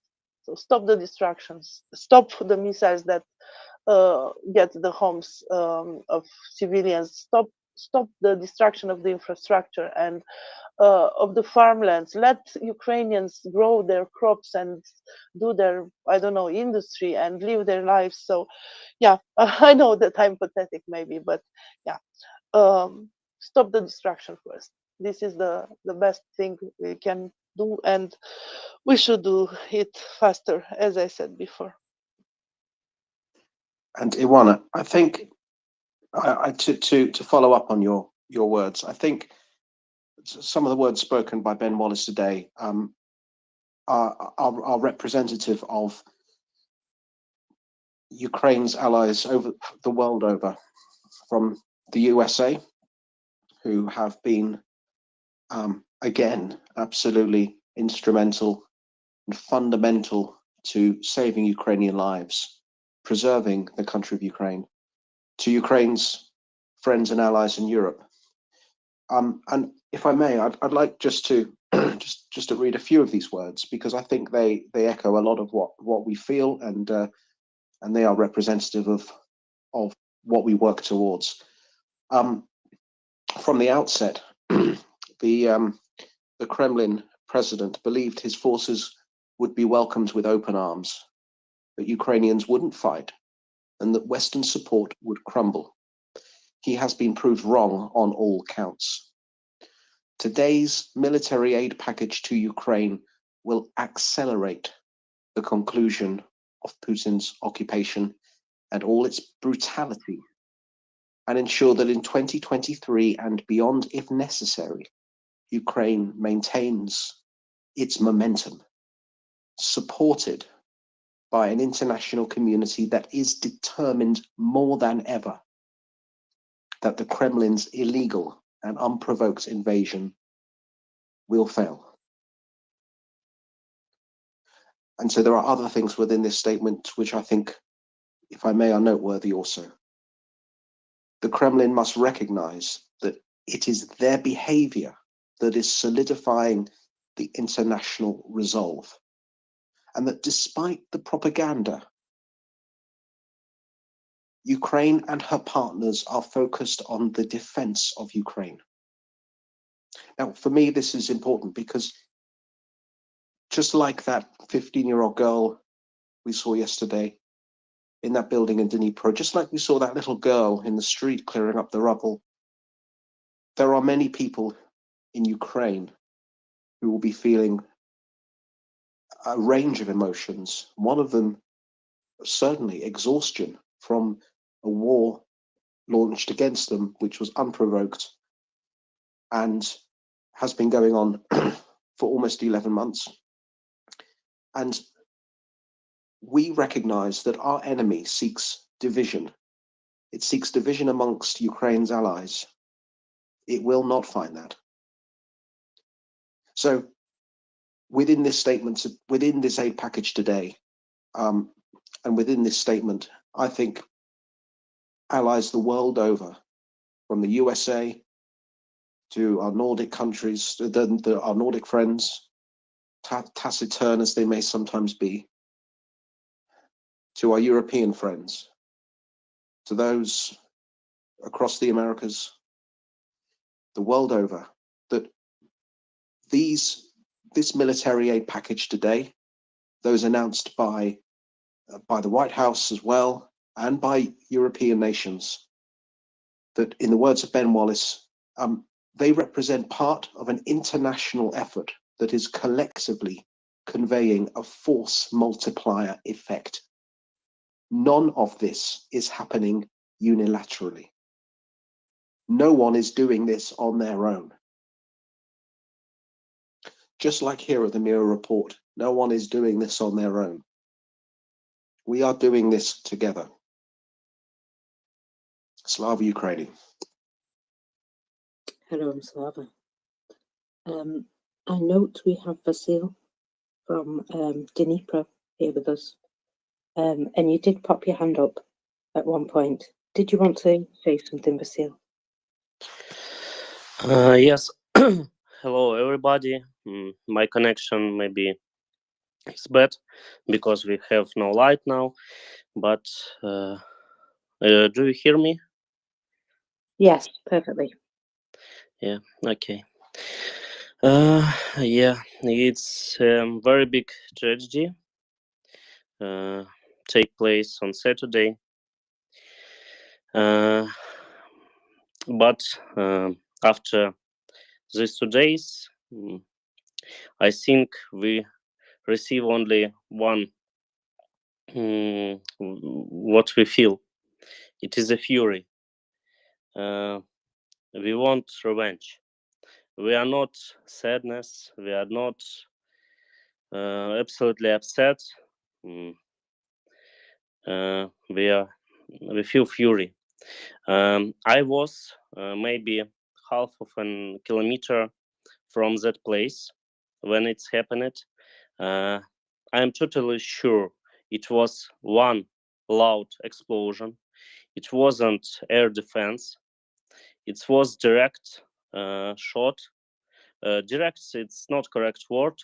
It was terroristic shot, terror shot by Russian missile that destroy more than 70 flats in building apartments. I might go near this road maybe in 30 seconds, and I go. And I see very big smoke, fire, cries of people wounded and other. It's I can't say how it's. How do you feel? But when people, ordinary people, civilian, come and help everybody, help rescue teams, work till deep night together, bring each other what they need. It's a medicine in such situation. Help each other. It's help. Yeah, we have many killed people. For now, it's 40, but I think it can be more. But first of all, I want to say that we don't upset. This situation, this tragedy have to make us stronger. Too many people lost their wives or husbands or childs. One,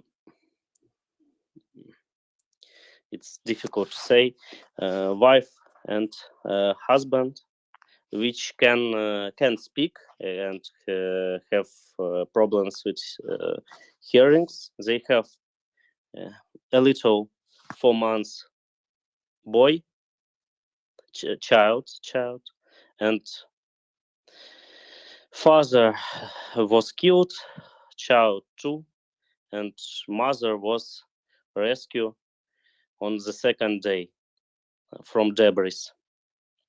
I don't understand how to live for this woman. It's very complicated, and this story it's not only one. But we are strong. We help each other. Every people receive help, everything which need. They were given. Ordinary people proposed to sleep in their flats, receive their clothes, receive other help, and it's inspire everybody. I think I don't think I'm sure we have together stop this terror, stop Russians. They don't have, they mustn't have such possibility, such rockets, such weapon, because their horrific and human behavior. It's totally unhuman.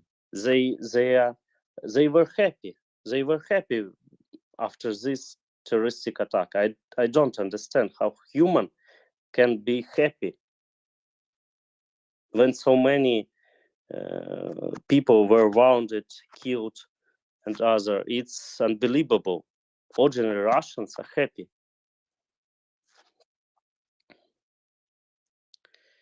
Sorry for my emotion. No, Thank you, everybody. no need to be sorry. No need to be sorry. Thank you for coming to speak to us. I thought it was really important that you spoke to us, and yeah, it means a lot actually that you've come to talk to us. Just the fact that people came together from the community, it's just another example of how you're all there together. You're all a community and you do what you can to help one another. And thank you so much. I'm going to go to some hands. Michael, you've been waiting a while, but I think Pauli might have a response. So it's up to you if you want to wait a minute.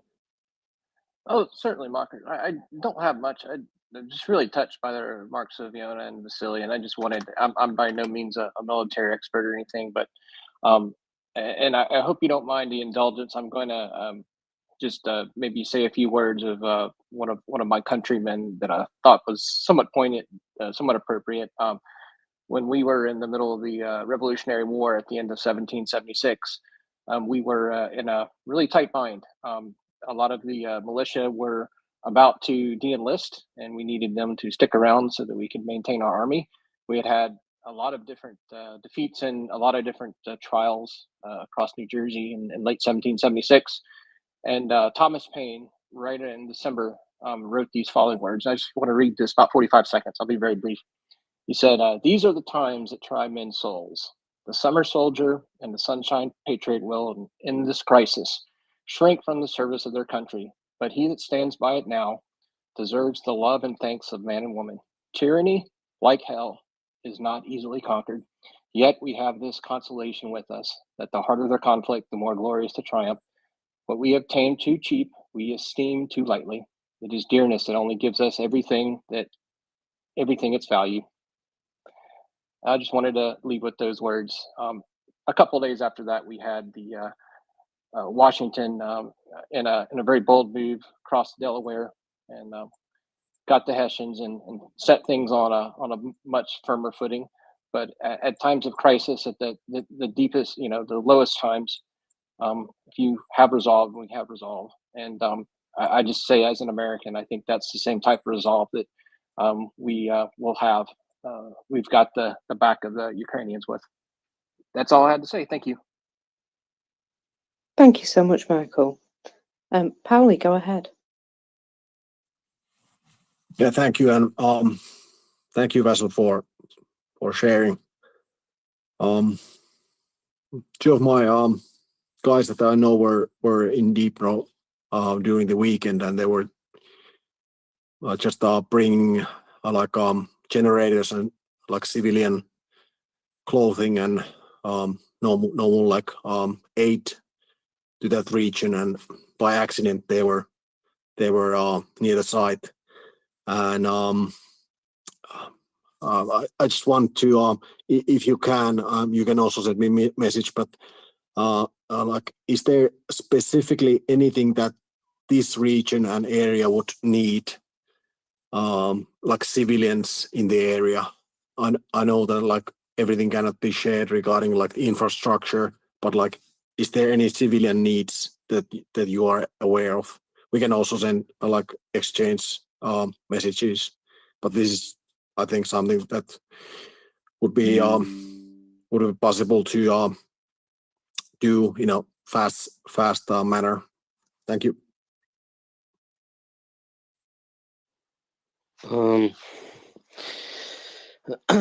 First of all, I think we need weapon, air defense. I think, and other weapon. It's what we need. And civilians, I need too.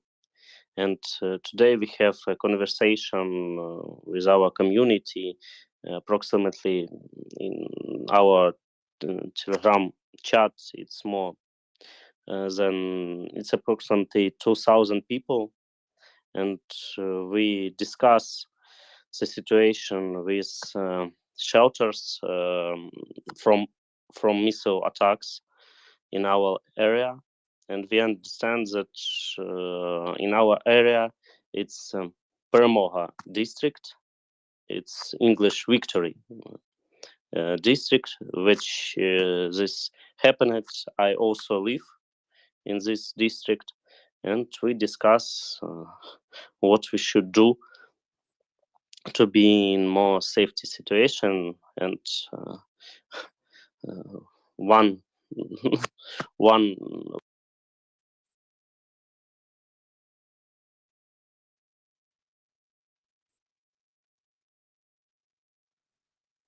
Did we lose Vasil? I think we may have temporarily just lost him. Yeah, it's Vasil has been in this space before, so there are like it's quite common that there are some breaks on the line, but Vasil is a regular at the space, so I'm confident we will get him back at Yeah. In the better meantime, time. Tommy, his DMs are open, so if you wanted to speak to him directly, you can do that.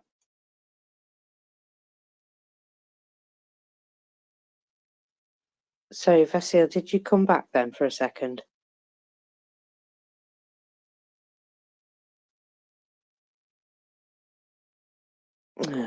Right, I'm going to drop him so he knows that no one can hear him.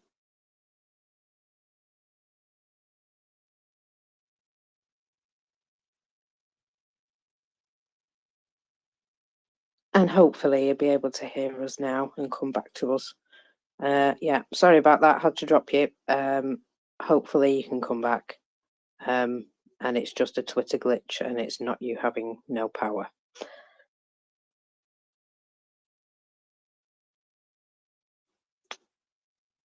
Oh, and there we go. Requested. See?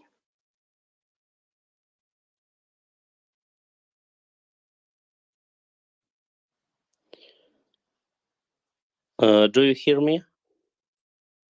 We hear you now. Thank you. Yeah. Yeah, sorry, it's a bad connection because lights turn off. I don't have now, but some connection I have. As I said, I don't know where I was interrupted.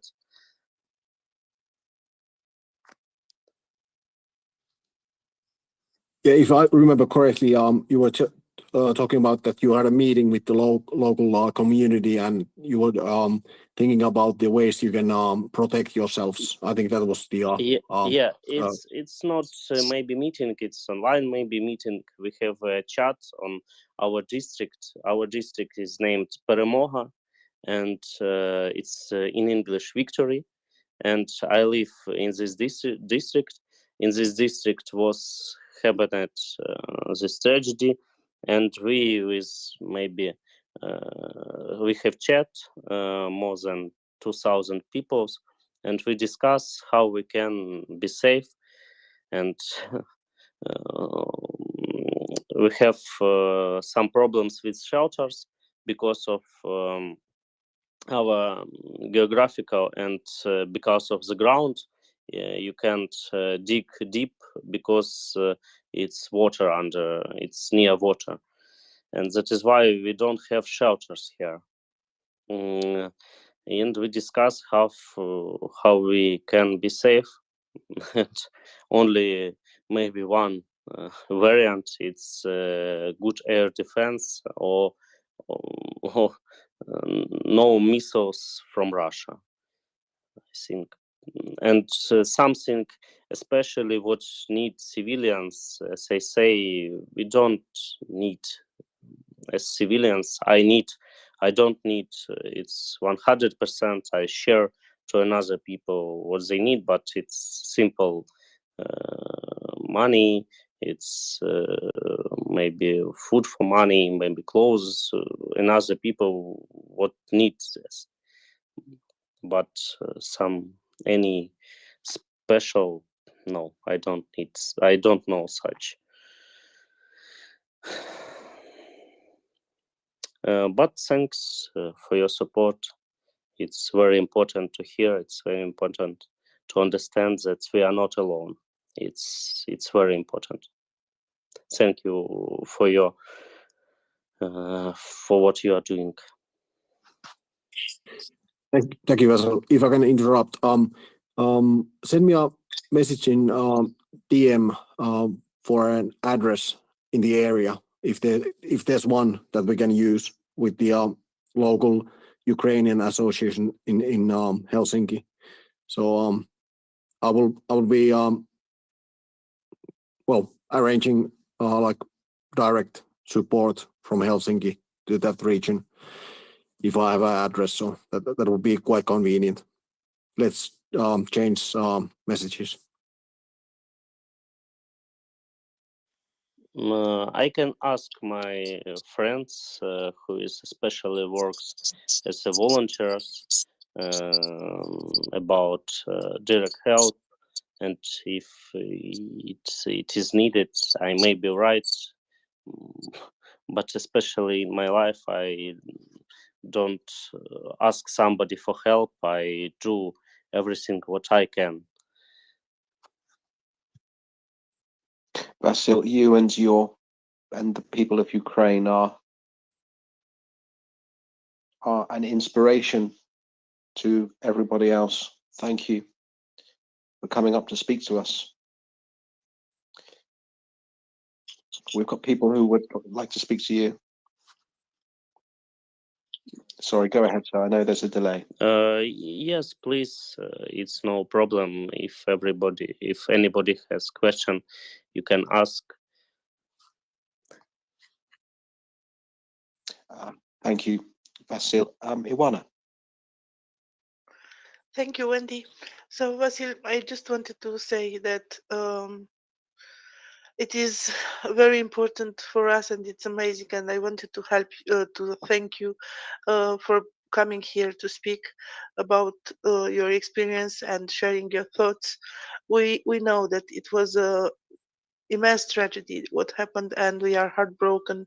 You don't have to be Ukrainian to feel it. You only have to be human, only have to have children or parents or brothers or friends to understand the immense loss that you all are feeling right now. And I just wanted to assure you that we won't look away, however however long it will take. We will be here to support you and all the Ukrainians. We will be here until Ukrainian victory. Slava Ukraini. Героям слава. Thank you for your support. It's, as I said, it's very important to understand that we are not alone against this terrific, against this terrorist, against this unhuman people.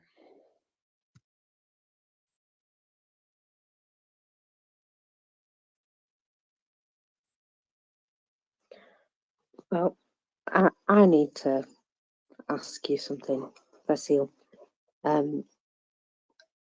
I believe that you are a legal representative, a lawyer, is that correct? Yes, I can answer, but a little was bad connection. I don't hear end of what do you say. Oh, I was just saying that I thought you worked in the legal sector, is that correct? Yes, it's correct. I still an advocate and managing partner in my law firm, not big law firm. And I take it you're still working, even though everything's going on? Yes, I'm still working, but not yesterday and not the day before yesterday, but sometimes I work on Saturday and Sunday. Also on Saturday I was working and I was going home from work, and it was happening when I was going. And today I was at work too. Also I have today court hearings, but light was shut down and court hearings was stopped. But courts are still working, business are still working, factories are still producing, people continue lives.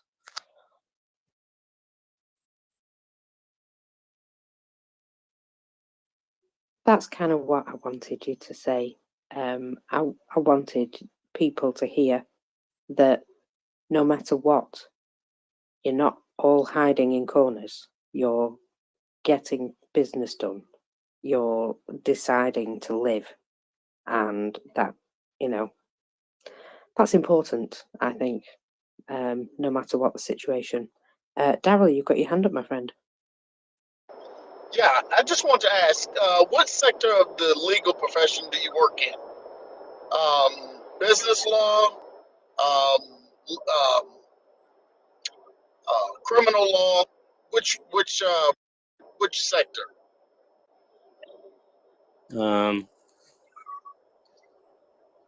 Can I?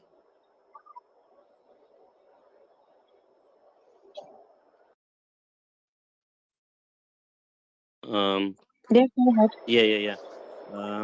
As I said before, I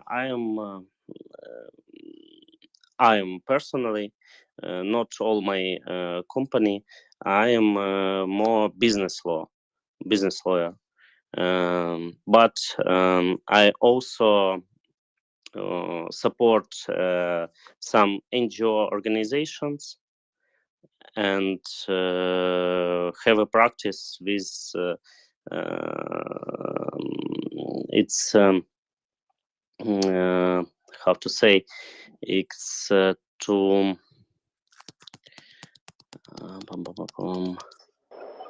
Nonprofits? It's I want to say it's something maybe not everybody known. It's about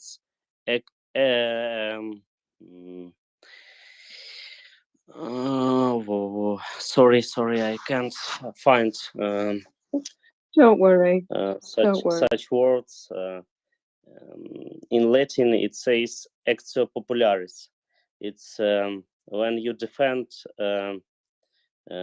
people's interest. Some as about mass clause, mass acts against government, local government, some organization about mass interests. Also, I have practice. Defend Okay. mass interest. Okay, because my question is, have the laws been changing? Or is the legislative side to change laws that may have been antiquated during, prior to, and they are steadily changing the laws to better fit the current time? Yeah, as our head legislative organization is Верховна Rada, is working, is continue changing laws, adopting laws in current situation. Also, I am in some work group in legal reforming our procedure code. I am take part, and maybe 1 week ago, our work group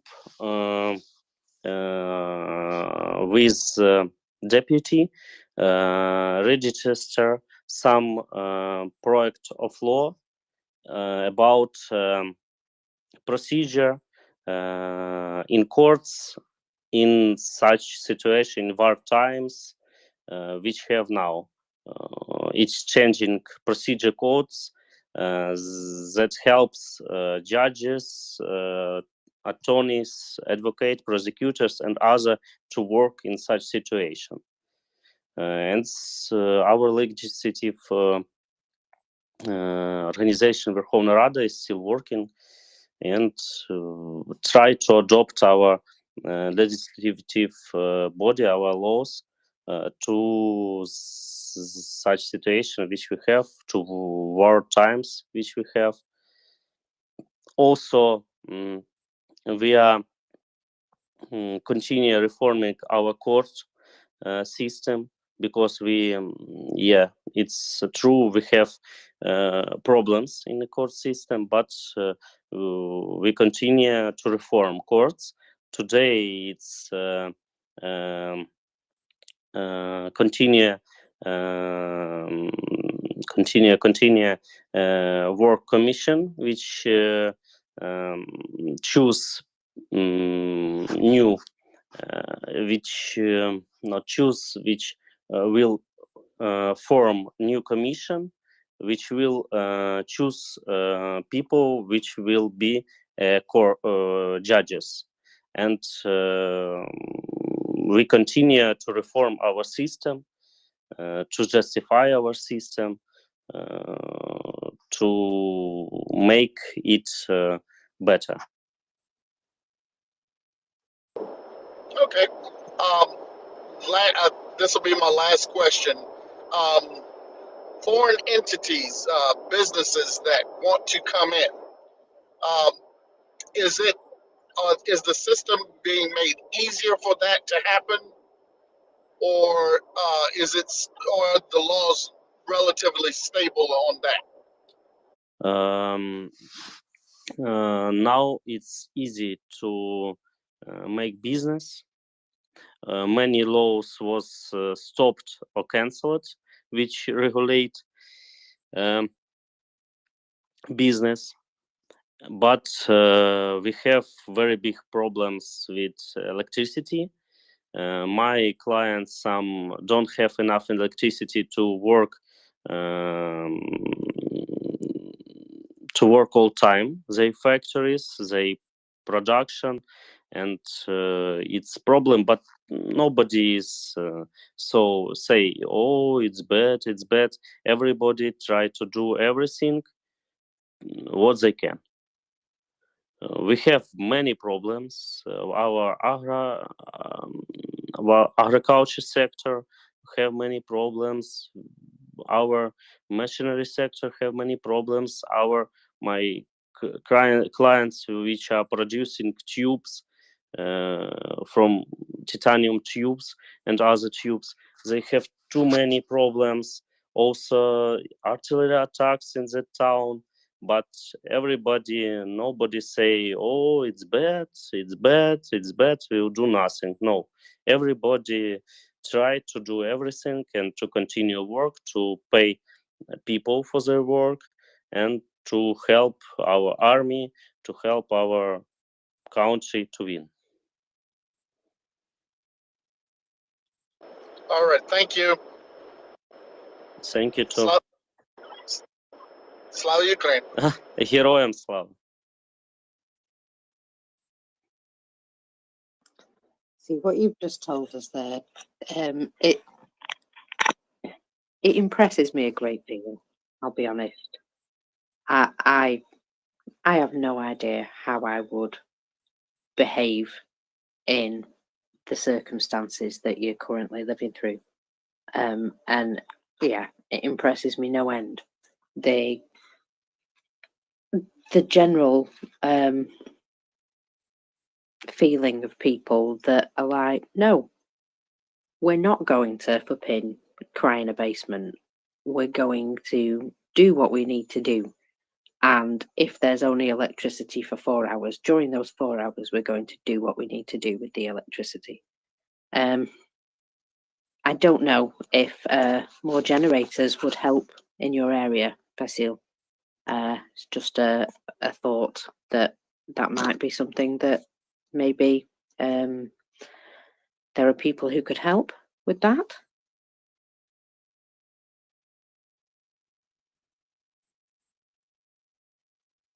Would it be useful to get more generators, Vasil?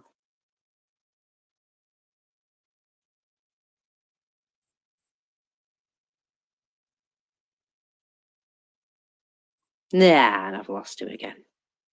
Hey. But we have the messages going on, so I'm sure Basil will send me a message or reconnect. And I know that the Finnish crew just finished providing generators to Dnipro. Of course, I think more is needed, but I think help is on the way and more is coming. That's excellent to hear, Pauli. Thank you so much. Daryl, go ahead. Yeah, one of the issues was reading an article last night. One of the issues is not always the production, but right now it's batteries. With a lot of the areas being taken offline and batteries are being the battery backups are being used. That's becoming more and more of a problem. The generators are one thing, but if you don't have storage capacity for some of the backup systems, they tend to fail more often. They're designed to be, sparsely used in the event of like an intermittent power loss, but they're not routinely used for, commercial power, should I say. They're more for backup use. A lot of that is going on with the cell towers, the the other places where backup battery power is used, and so that's one of the key common issues, or one of the key issues right now, even with the the power that they're getting, is battery storage.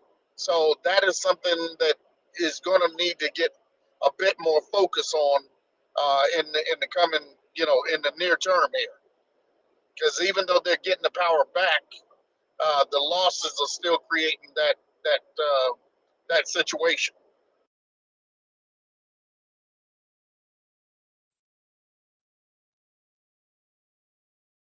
That's a great point, Daryl. And this there has been an increase, like you say, in donations of massive increase in donations of generators to Ukraine. We've seen this from the EU. We've seen this from individual countries throughout the free world. Getting batteries into these is a project which is ongoing and needs to increase in tempo.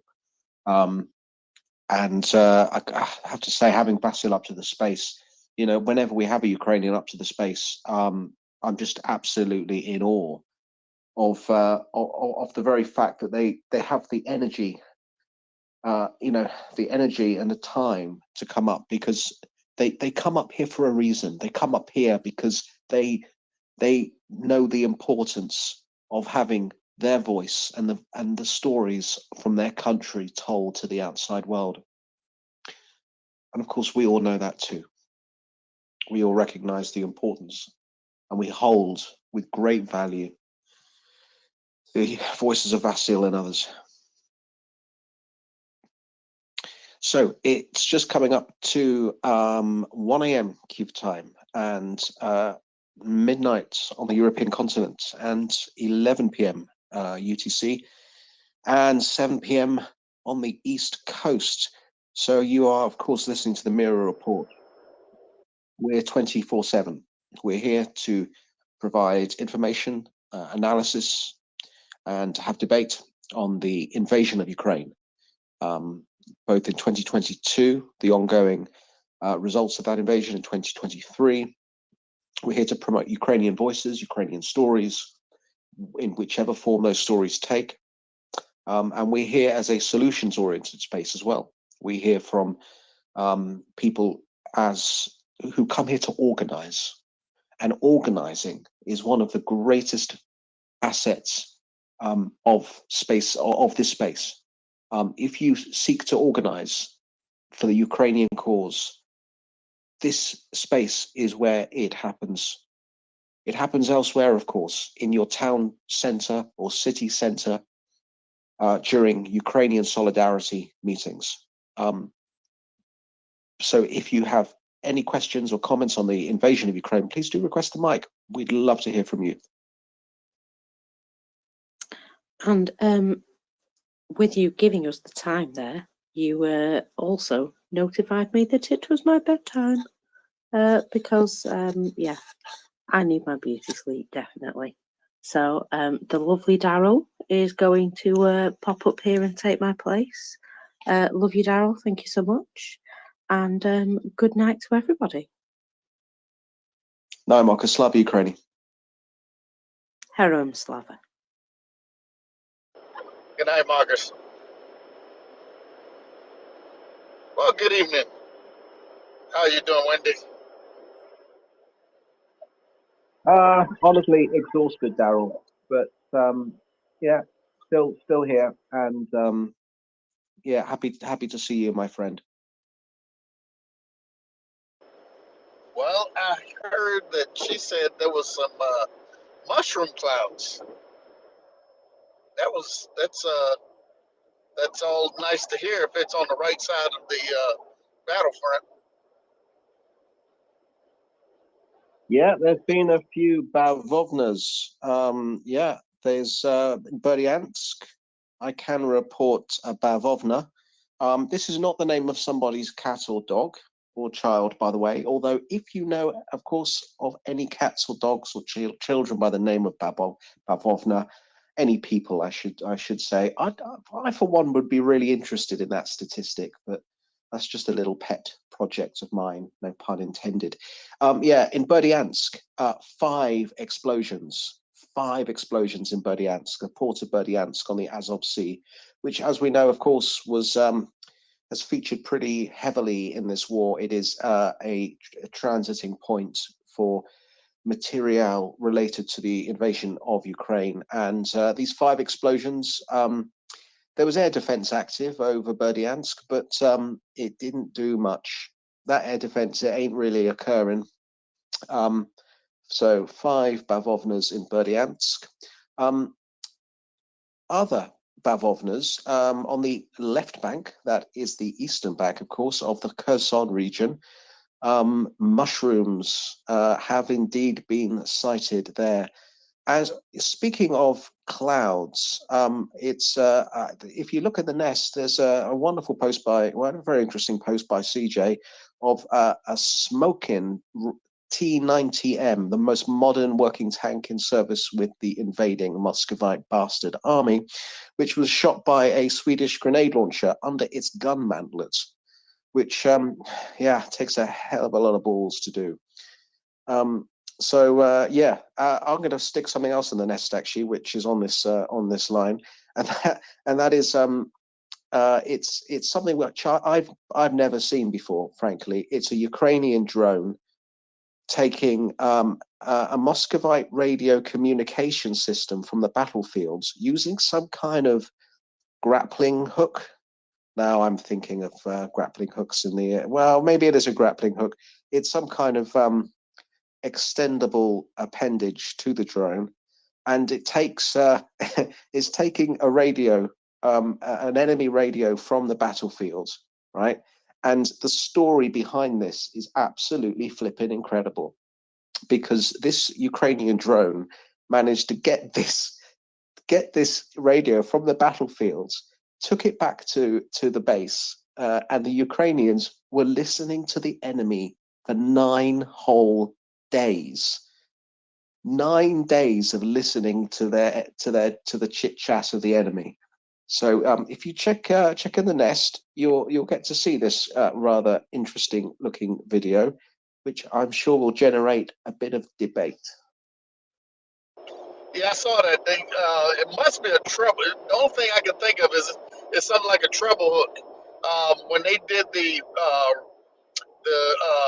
recovery of that drone, they used something exactly like this to get that drone that time. And I'm just thinking of the Mission Impossible music going off, as they're doing this, and laughing my behind off, seeing it, because it's like you look and it's like, what is he doing? And the camera just kind of focuses in on this shadow, and then it gets closer, and then the next thing you see is the camera just look down, and then cue in the Mission Impossible music with the strike of the match, and this thing dropping down, and dragging this thing off, and then taking off like a bat out of hell. So yeah, that was pretty funny. And it was a lot like that one with the drone, but this one, it was a lot more spectacular because it's enemy equipment and not just a drone-to-drone recovery. Like a bat out of hell. It's gone when the morning comes, but Ukraine manages to listen to enemy communications for 9 whole flipping days. Daryl, that is magnificent, sir. Thank you. Mockers. Yeah, just a bit extra on that. Thomas Steiner has made a post, and he says that over the 9 days, they apparently were talking about several attacks, and all of those attacks, for some reason, got ambushed. Can't imagine why. Anyway, bit more good news for you. A collaborator has been killed in occupied Zaporizhia Oblast. Right. Oleski Kitchen, maybe? The head of the illegal Russian-installed authorities in Berdyansk was killed in an explosion. The head of Berdyansk's city military administration, Victoria, don't know that name, told a media outlet. So, yeah, that's another one bites the dust. Well, I guess he won't be doing that no more. You would think that these guys would figure that that job isn't necessarily the safest job on the planet. You would think that they see the application and go, nah, that job is just a little too dangerous. Yeah, working in a kitchen in an occupied area of a country which isn't yours, getting HIMARSed and GIMLERsed and whatever else. Yeah, that's a pretty dangerous place to be. Knives everywhere. So yeah, not really surprised. The working practices, health and safety, and all that. Maybe they need their own kind of clipboard guy, but who goes around stating the health and safety regulations of kitchen workers. I don't know. I'm just musing on that, but yeah, that's very amusing news. Thanks, Malcolm. Yeah, I think the guy with the clipboard, he just should, say before, take the picture, show the grid square, grid coordinate, and just be done with it. Say that, okay, here's where he lives. I'm just preempting the whole process because I would rather where there's no unexploded ordnance and fire trucks make my job a lot cleaner, and I just take the picture ahead of time. Daryl, he's got younger. Clipboard guy's got younger. How do we explain this? He took the serum, Botox. Sorry, Marcus, you put your hand up.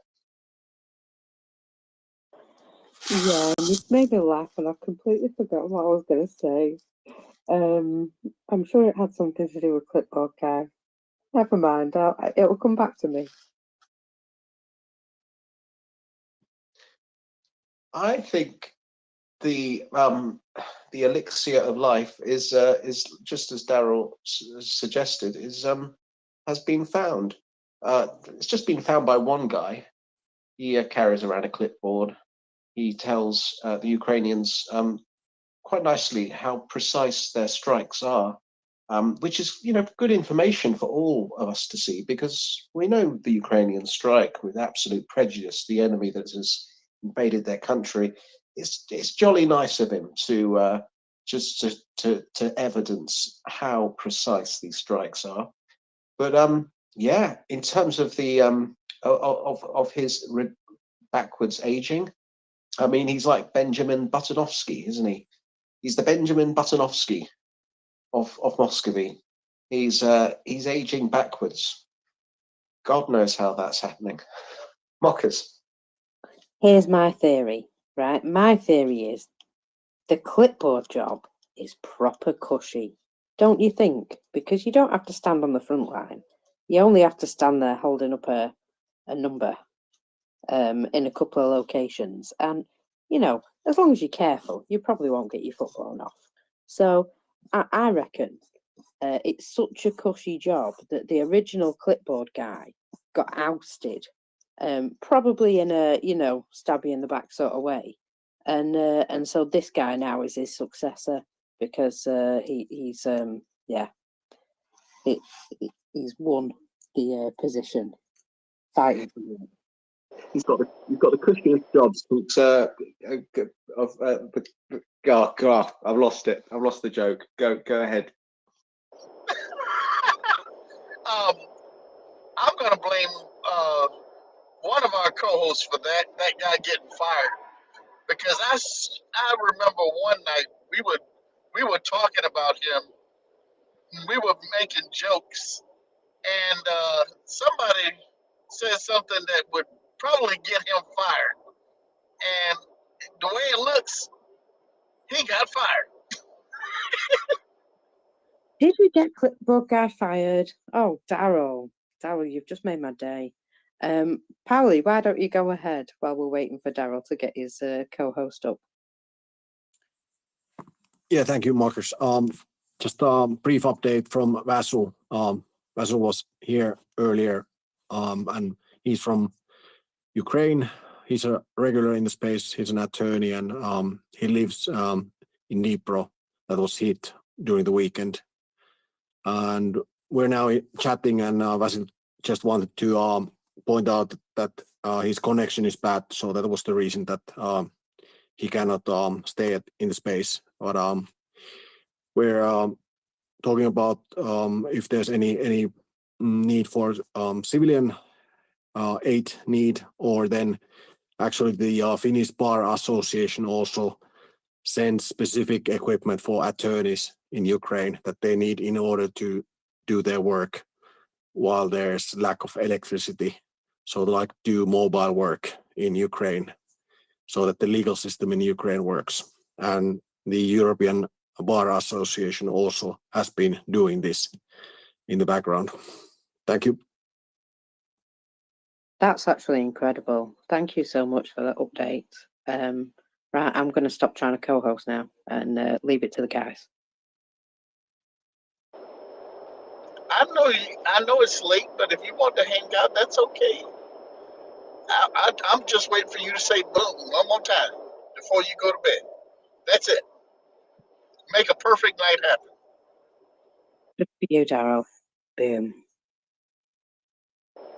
Y'all heard it. There we go. All right, Marcus. Good night. I sleep well. Good night. All right. Talk to you guys. Talk to you tomorrow. Well, Wendy, we got Sky Kiss. Hi, guys. Sleep well, mockers.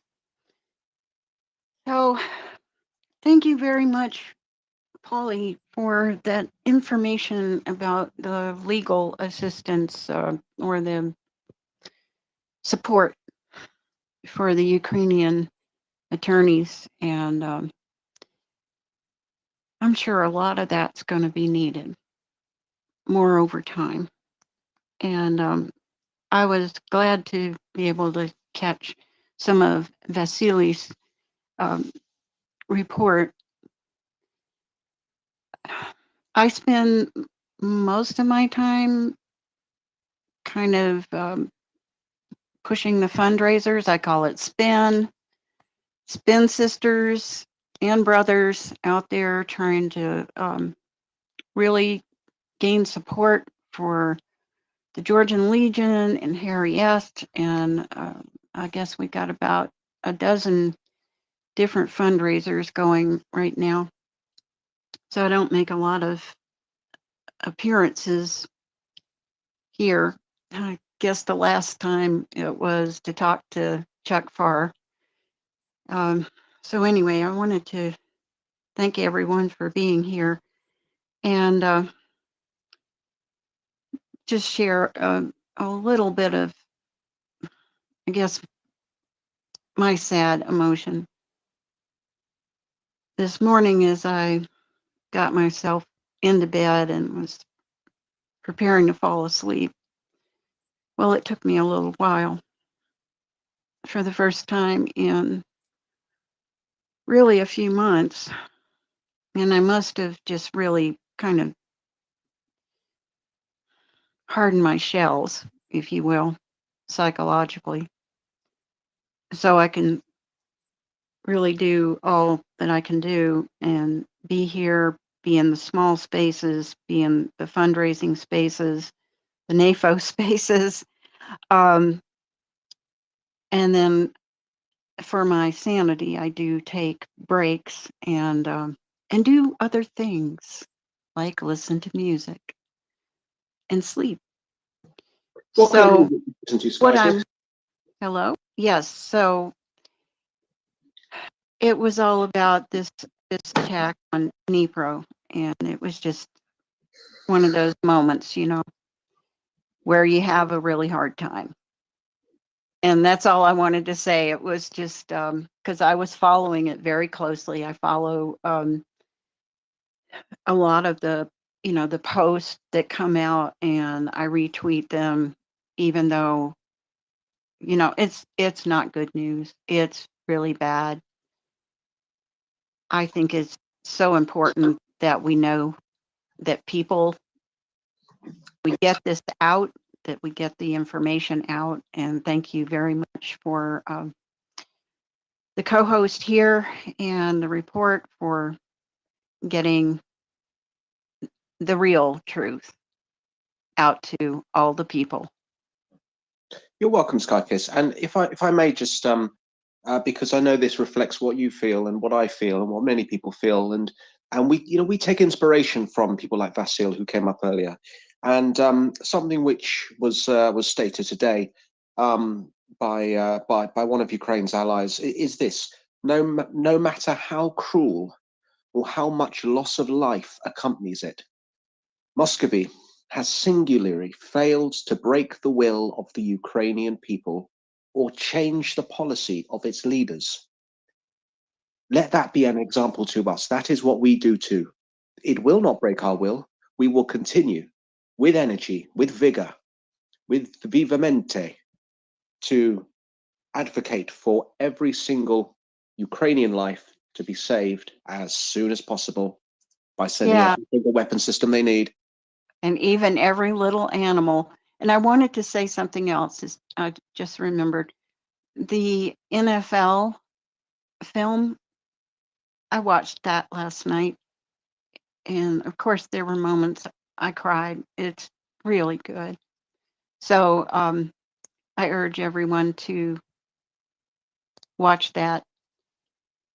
So yeah, I retweeted that again today because it was in the nest, and I remembered. Yeah, you got to get the word out and have people see these things. So it's a unique support for Ukrainian soldiers and their families in Ukraine. So it's even if you're not a big football fan, and I am off and on, but anyway, give a look at it if you haven't. And I'm really speaking here to everyone in this space, and do retweet it. Thank you. Yeah, retweet and email. Retweet, email your elected representative. Retweet, phone them in the morning. Please match every retweet with an email. That's something I would ask everybody to do. You don't have to, to do that. You are your own free person to do whatever you want. But I for one think it's an idea at least. Absolutely, absolutely. Have you guys brought up the 18 billion tranche of euro that has gone to Ukraine to help fund its budget this year? No, I don't think so, Daryl. No. Yeah, We've been talking a lot about the military, but that would be a really good topic of conversation. Yeah. yeah. I mean, they're getting this money, which will help.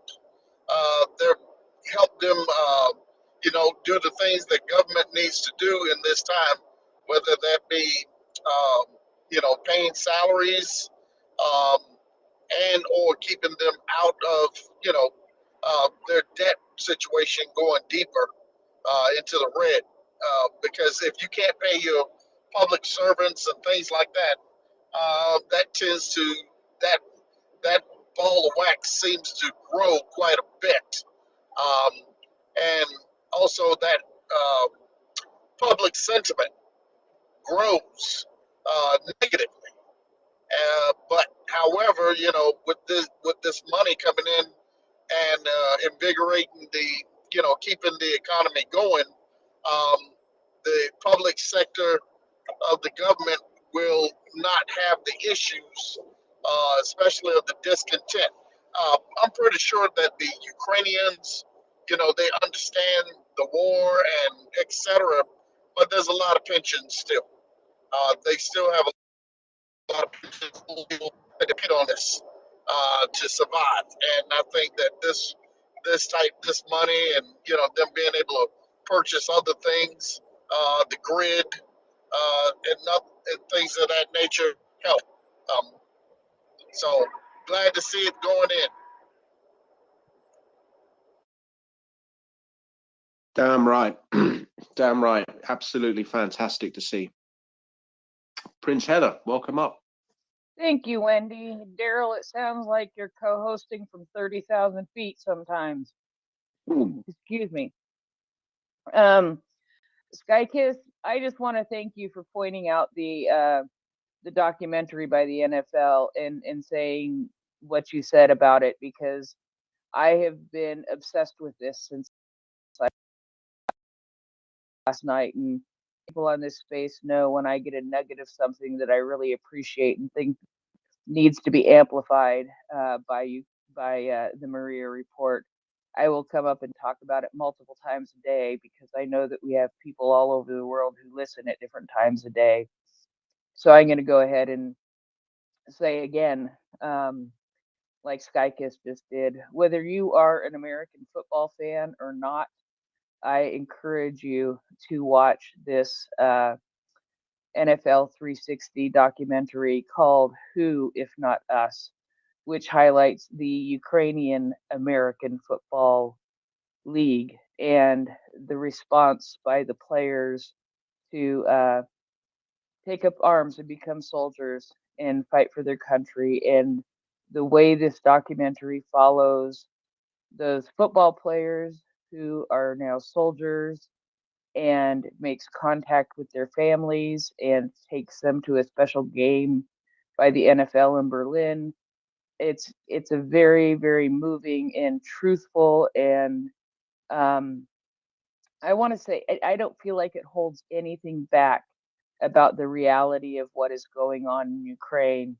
And so I just encourage everybody to watch it. I hope that as I keep amplifying it, we get more people who decide to watch it, and someday we can have a really good conversation about it, because it is great. It really is great, and amazing that just a conversation about sports highlighted Nancy and I to this documentary last night, and it is something that, man, I wish I knew about a few days earlier, but boy, am I glad I know about it now.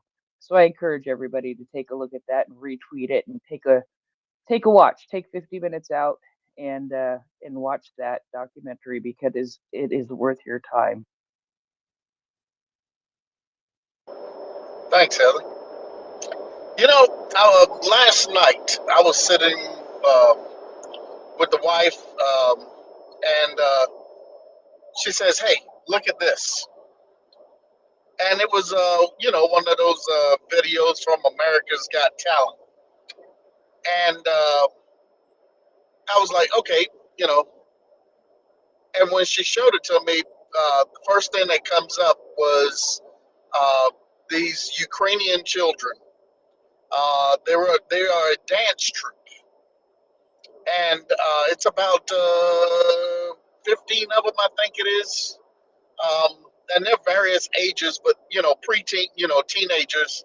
I would assume younger than about 18. They're younger than 18, and um, they show when they initially did the show, and they would, it was you know, before the war, or it was at the beginning of the war, and or before, I can't remember which.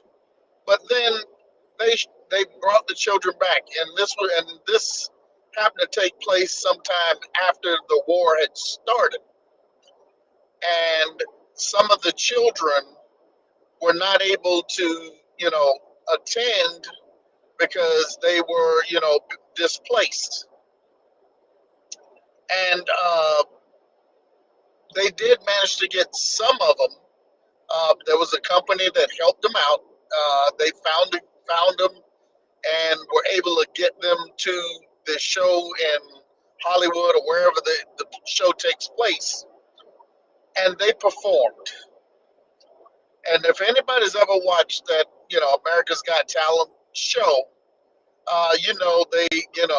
you got Simon Cowell and all the others. They're sitting down and they're listening to the children's story. They're telling how, their parents are off at war, things of that nature, and that they really wanted to, get everybody together for this, and just show what the Ukrainian people are, the children, etc. are. Well, they perform, and their performance is one where they have these suits on, and they are pretty much acting out a video game. And they have the lights that turn on and off on the suits at specific times. And if you've ever watched like Mario or one of those, this is what it looks like, them on stage. And it was totally amazing. Totally. I mean, I've watched the different dance troupes, this, that, and the other. They're always really good, but the way this was done was just absolutely marvelous. And they ended up getting a gold buzzer, of course. But if you have a chance, um, I would ask you to find it. It's YouTube. I'm not sure the name of the group, what it was, but Google it and see if you can find it and watch it. And I think you would be totally amazed by the performance. Um, this is one of those parts of the Ukrainian society. We want to I want to amplify how they, and even in war, they are finding ways to um, be ambassadors for their people. I'm pretty sure no one else, when people started listening to them, they didn't realize what they were about to watch, and who these children were. And I think it was phenomenal, their ambassadorship, um, in what they did, not only on the stage and performing, but showing the uh, the way that the Ukrainian people forge on. Um, Again, if you can find it, watch it. I think you'll be totally amazed. Daryl, I think I just found it. I'm gonna it's gonna take a little bit because I gotta go do some stuff. But I literally just put in America's Got Talent Ukrainian, and it autofilled the rest for me on Google, and there's a video on YouTube. I'll take a look at that. But I could imagine the roar of applause that these people got from the crowd, and what it makes me think about, because I keep going back to this documentary that I watched that just really touched me, and what it makes me think about is when they took, I mean, it was just 4 people that they took from Ukraine.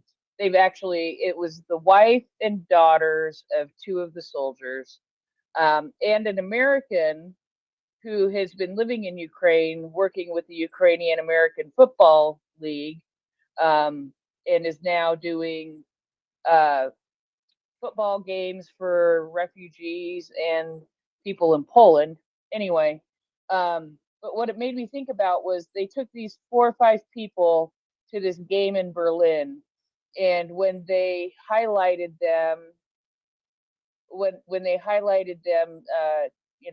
like at halftime or something like that, the roar of applause that came from the crowd that showed the support for those just 4 or 5 people who were standing there on the field, it made me cry, because it was emotional to see the support that they were given in that situation, and it was amazing to see their response to that support. So it's sometimes those kinds of things also that can mean a whole lot to the Ukrainians, and mean a whole lot to people, just to see how much support and how many people support them when there's this roar of applause for them, just in a situation like that. Or these dancers who performed on America's Got Talent, to be able, and I think back to Eurovision, all of these things that show the Ukrainians how much the world is on their side and how much people support them, and it's just a fabulous thing to see.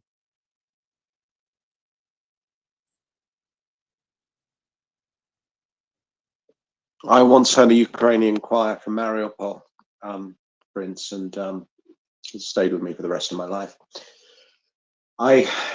One thing I wanted to say to Vasil when he was up, because I feel like I don't say this enough to Ukrainians on the space.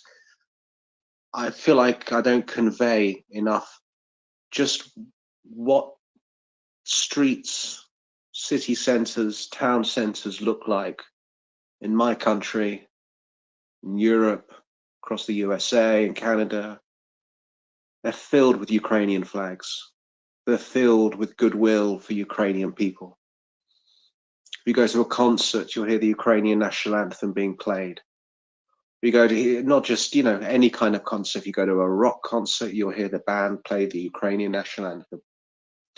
You go to a symphony orchestra, a philharmonic orchestra concert, you'll hear a chorus sing the Ukrainian national anthem, which is frankly pretty difficult to learn for most Western speakers whose L1 is English.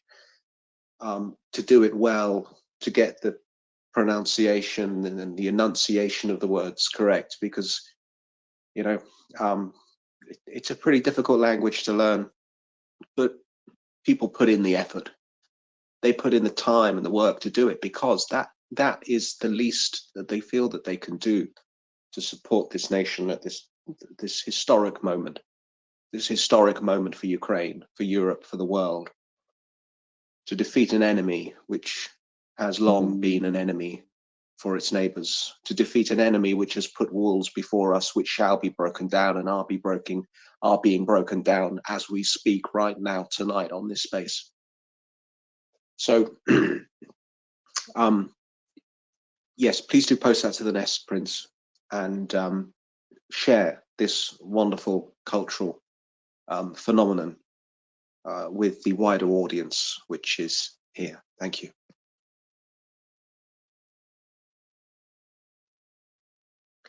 Hendrik.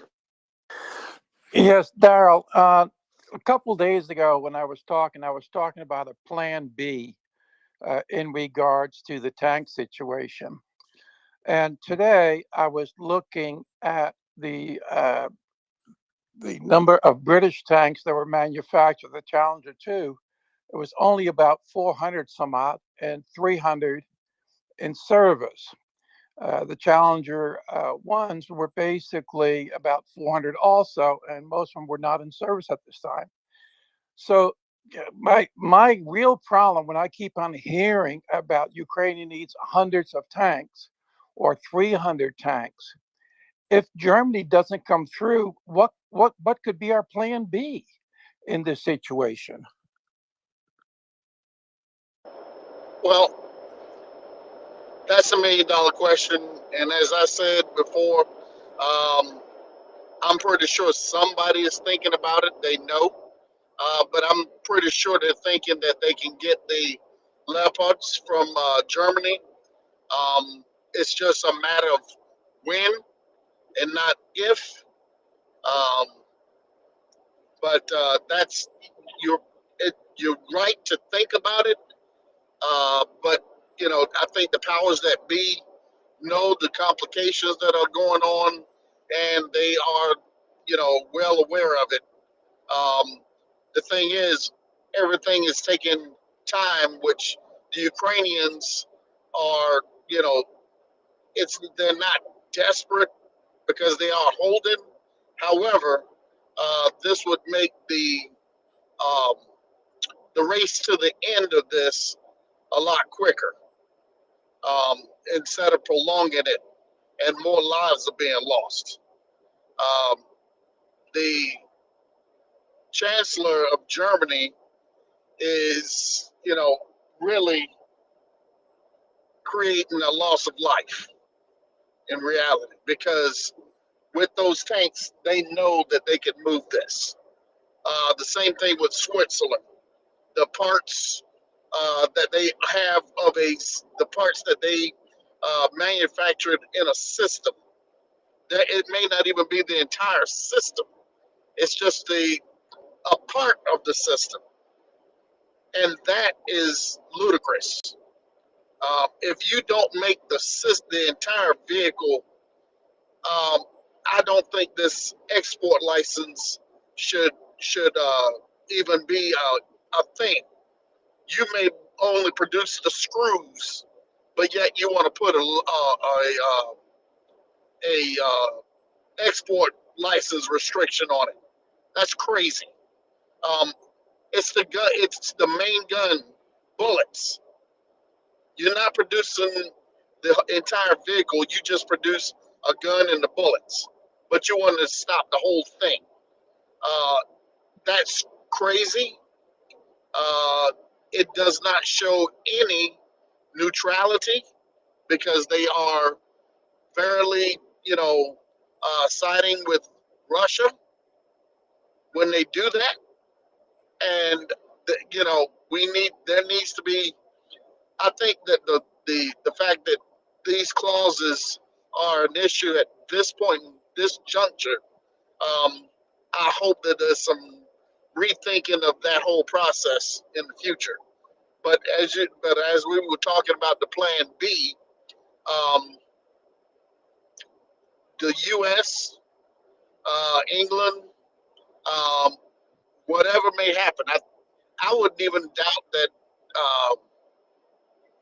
that maybe, and as Gunny has said, England, the UK needs to look at this and say, hey, let's stop with the whole. Um, we got to have our own and get some kit that other nations got and lower the cost because it's costing the UK money trying to use their own.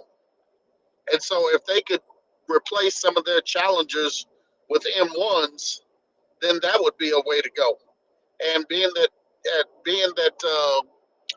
the UK is one of the Five Eyes, I don't think there would be a big issue in turning over even newer stocks that have been upgraded.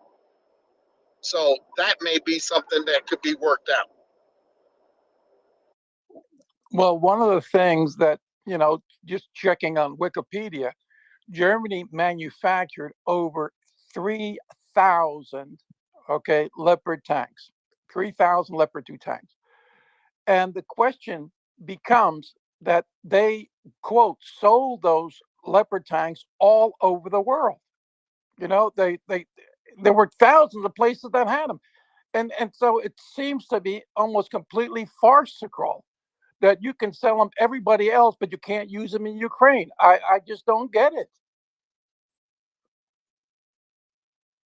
Well, that's just the nature of export licenses and the tangibles of it. It was designed to keep bad actors from getting them. However, in this case, there's no bad actor except for the one that would be on the opposite side of this equipment. So it's legalese, but it could affect a lot. It could affect contracts in the future, along with support. And we don't need the Ukrainians getting into a situation where they got a piece of a kit that they can't repair on the battle that needs to be on the battlefield, or whatever that else that they may decide. They said, okay, we want our martyrs back or something. Who knows?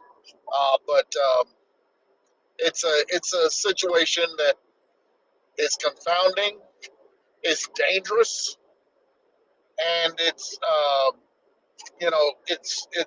heinous in that it's getting people killed.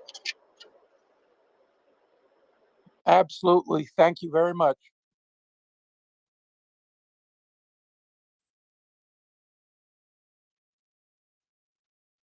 Heather. Daryl, it took me a second, but I went ahead and got a copy of that video from, actually, I think the America's Got Talent account, and posted that up into the nest as Wendy requested. So that's up there for people to see, even though I haven't taken a full look at it, but I think it's probably a very worthy one. And thanks for bringing that to our attention. And Ryan, since I see you up on the speaker panel, I sent you a DM yesterday, and I know how much you love documentaries, and I was just highlighting the thing that I've been obsessed with for the last almost 24 hours, which is the NFL documentary, Who If Not Us. Very well done documentary. Doesn't matter if you're an NFL American football fan, it's definitely well worth a watch, which is how we got onto the topic of America's Got Talent anyway.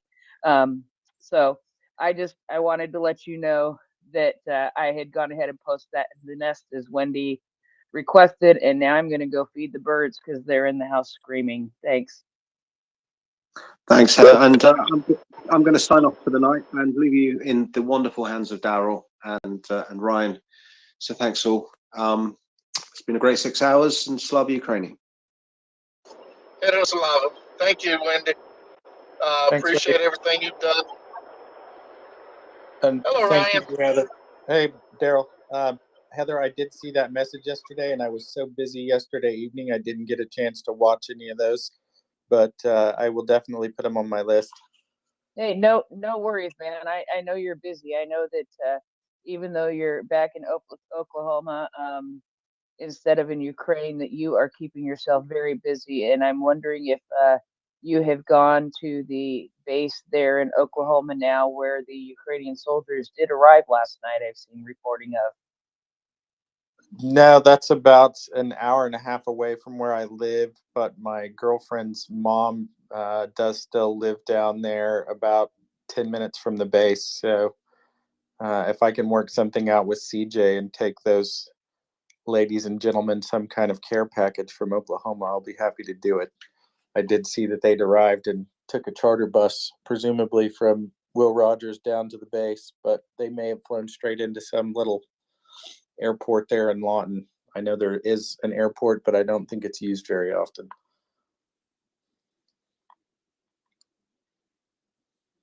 All right, now I really got to go feed the birds, so I will catch you all in a little while.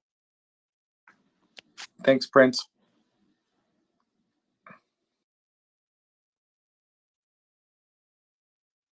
All right. And we got translate.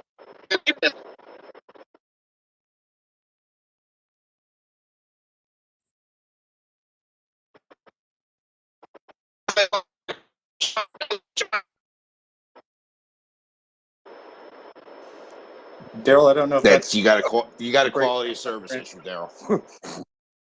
Yep. Trans is beautiful. You're up. Go ahead.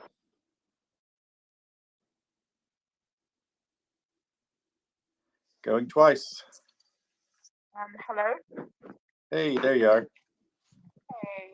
Hey, I'm sorry, I had to unlock my phone and thank you for talking.